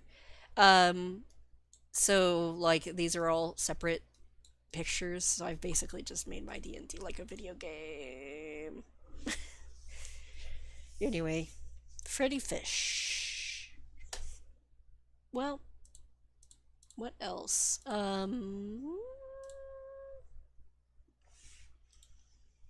I have. Let me check my Bitbucket again. Bitbucket.org. I don't know if I have RenPy installed. And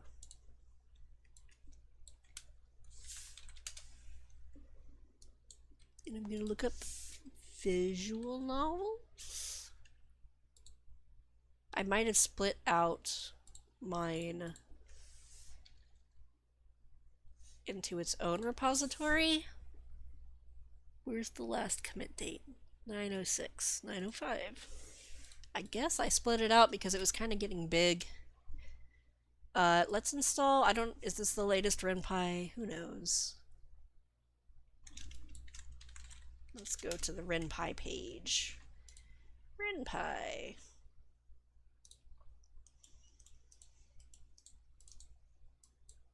Download the latest version.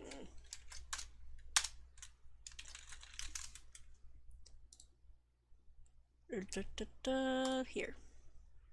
Actually, I might have it on my hard drive somewhere. Go to the programs. Installs programs. I have RenPy 735. I already have this installed. Okay. Gonna close that.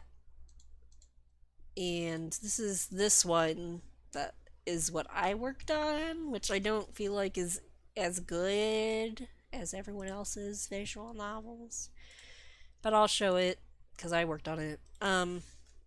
So I was thinking that we could do weird versions of Fairytales. So my cousin, she was doing Little Mermaid anyway, I guess, or maybe she was going along with the idea of making weird fairy tales. So I started mine as a Sleeping Beauty one. I had ideas for a Cinderella one and a Rapunzel one. That's not the one. So let me open the RenPy.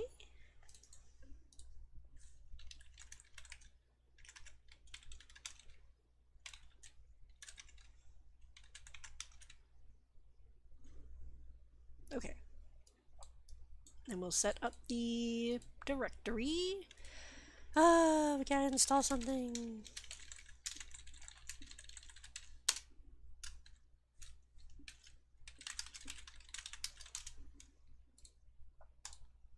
Cubic. Always got to install that thing.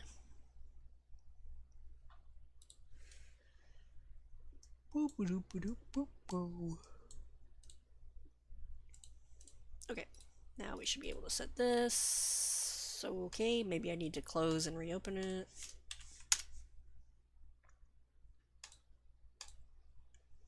I just install it. What?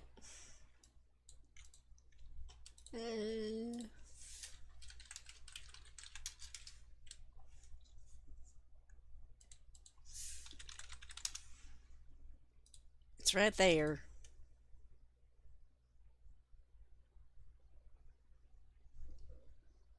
I've never had trouble installing it before. Do I need to use one of the... it's the... maybe the Python 3 version?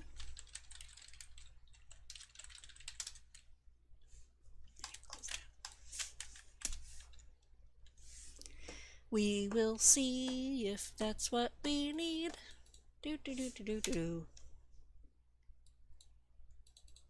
Or maybe I can I just update the preferences inside of a file instead?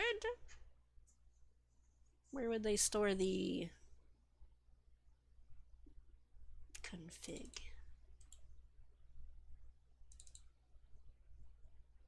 Probably not in here.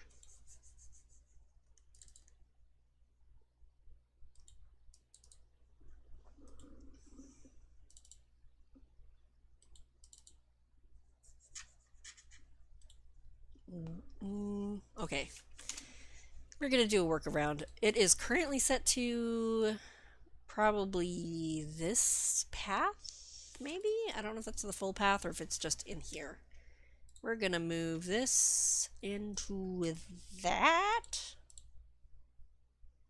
Maybe? Wait, is it inside of... Maybe. I'll put it in here. What? Reopen. Okay, there's mine.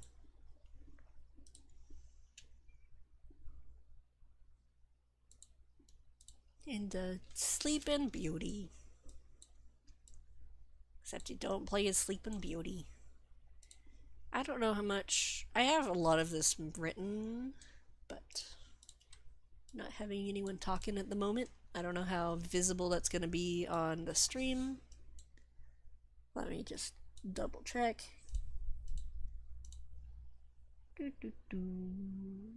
That's not visible on the stream at all. Well, if anyone talks... where's the thingy ding? We're just gonna do this. Make that bigger. If anyone talks, I can make it bigger, but... Okay, do it. I don't hear any sound. Oh yeah, I started working on my own music, but I'm not very good at writing music. Yawn. Morning already. I like don't want to read these as much because I'm like not as into mine as I am into my sisters and my cousins' games. So I'm not gonna, you know, kind of like show... I mean, I'm proud of the art. Let's go to the library. So there's, you know, you meet some of the other fairies. You're the bad fairy in this one. You find out that the king and queen are gonna have... They have the whole banquet thingy for the baby, but you didn't know there was a baby because they didn't tell you because they don't want you to go to the banquet. So she accidentally found out about the banquet from one of the fairies, depending on where you go.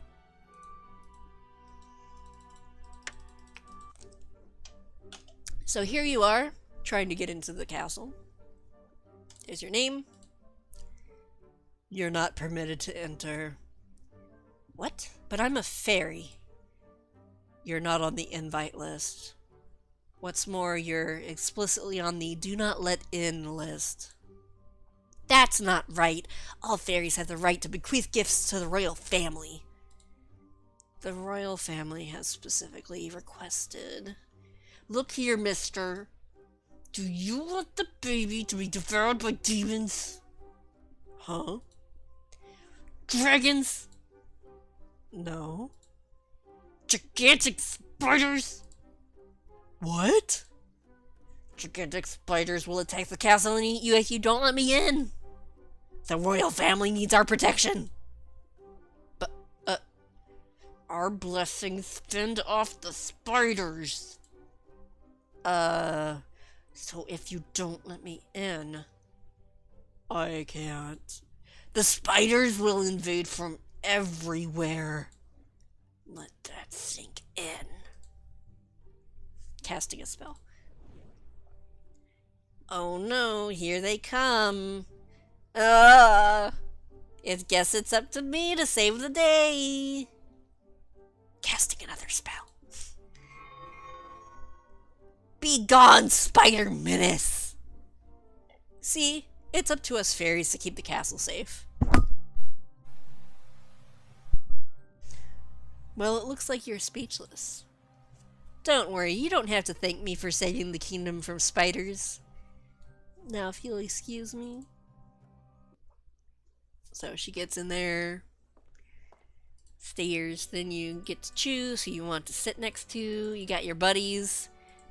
So basically, you like build a relationship with one of the fairies based on kind of who you're hanging out with. Oh,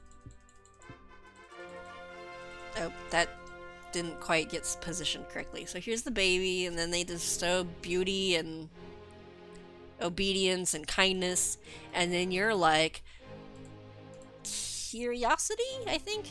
Though bravery. And then they're like, that is not befitting of a little girl. Take it back. And then you're like, nah.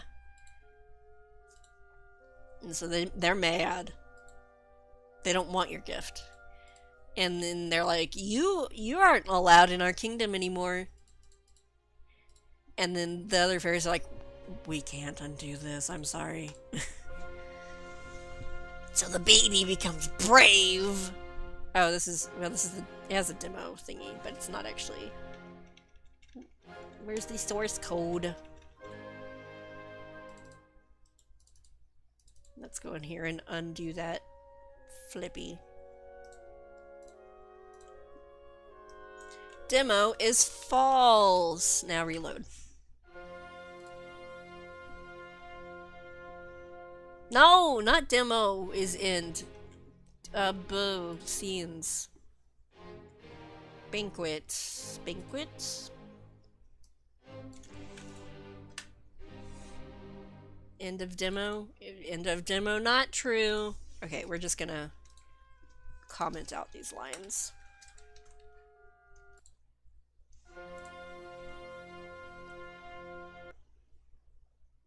The next day. So then you gotta box up all your shit, because you're in the doghouse with the king and queen. The fairies will help you because, you know, you're all fairies. Work together. And you can have some more relationship stuff going on here with the fairies. It's very gay. And so it's like not really cleaned up or whatever at this point, but you can choose who you want to hang out with. Oops, I don't even, like, you know. I'm thankful for Lahina! Different things. Oh. You know, again, not cleaned up. This would be later in the future. The other fairy is not supposed to be there. That's a bug. So later in the future, the princess has gone into a deep slumber. And they're like, we need all of the magic people to come back and try to help us figure this out.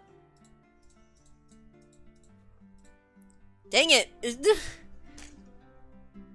I'm gonna... Okay, I'm not gonna fix this right now, but anyway, let's go to the castle with Lahina. Hey! Yo, let's go. So, now I have some placeholder art. Princess has been asleep for 2 days, cannot wake up, but she's alive, but asleep. Also, the baby carriage isn't supposed to be here, because this is supposed to be the princess is older now. Do you know why? No, you gotta do some investigation. Oops. Price's name, bedroom. So you can go investigate around the castle. Actually, this is the same background as the Little Mermaid. I just reused it. And we'll talk to some people. And, you know, all of this is kind of rough. Because it's, you know, I never finished it. You can talk to people, do stuff, figure out what to do, go search the tea room. I also reused this background. Oops. Oh well, whatever.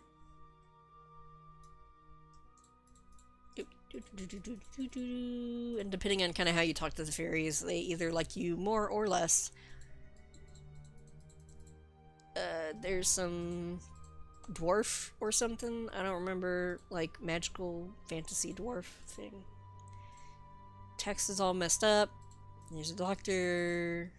Talk to the other fairy that's here. There's a different fairy from a different kingdom, from the prince's kingdom.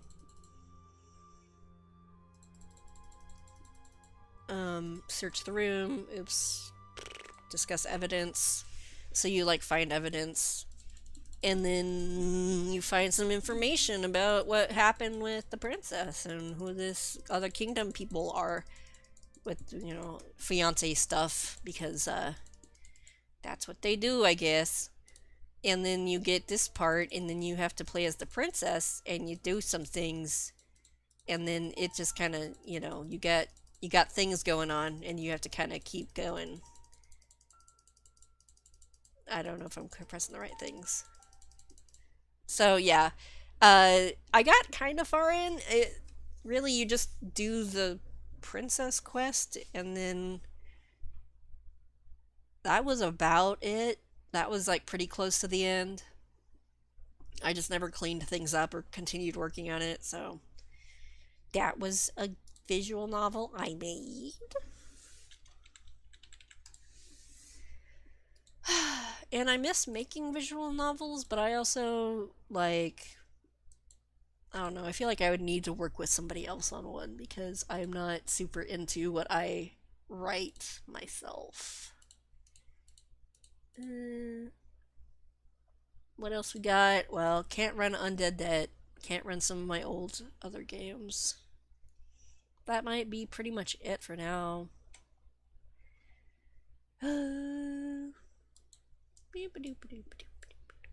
Well, I guess I've played my own games long enough today. It has been 2 hours and 20 minutes. So, yes.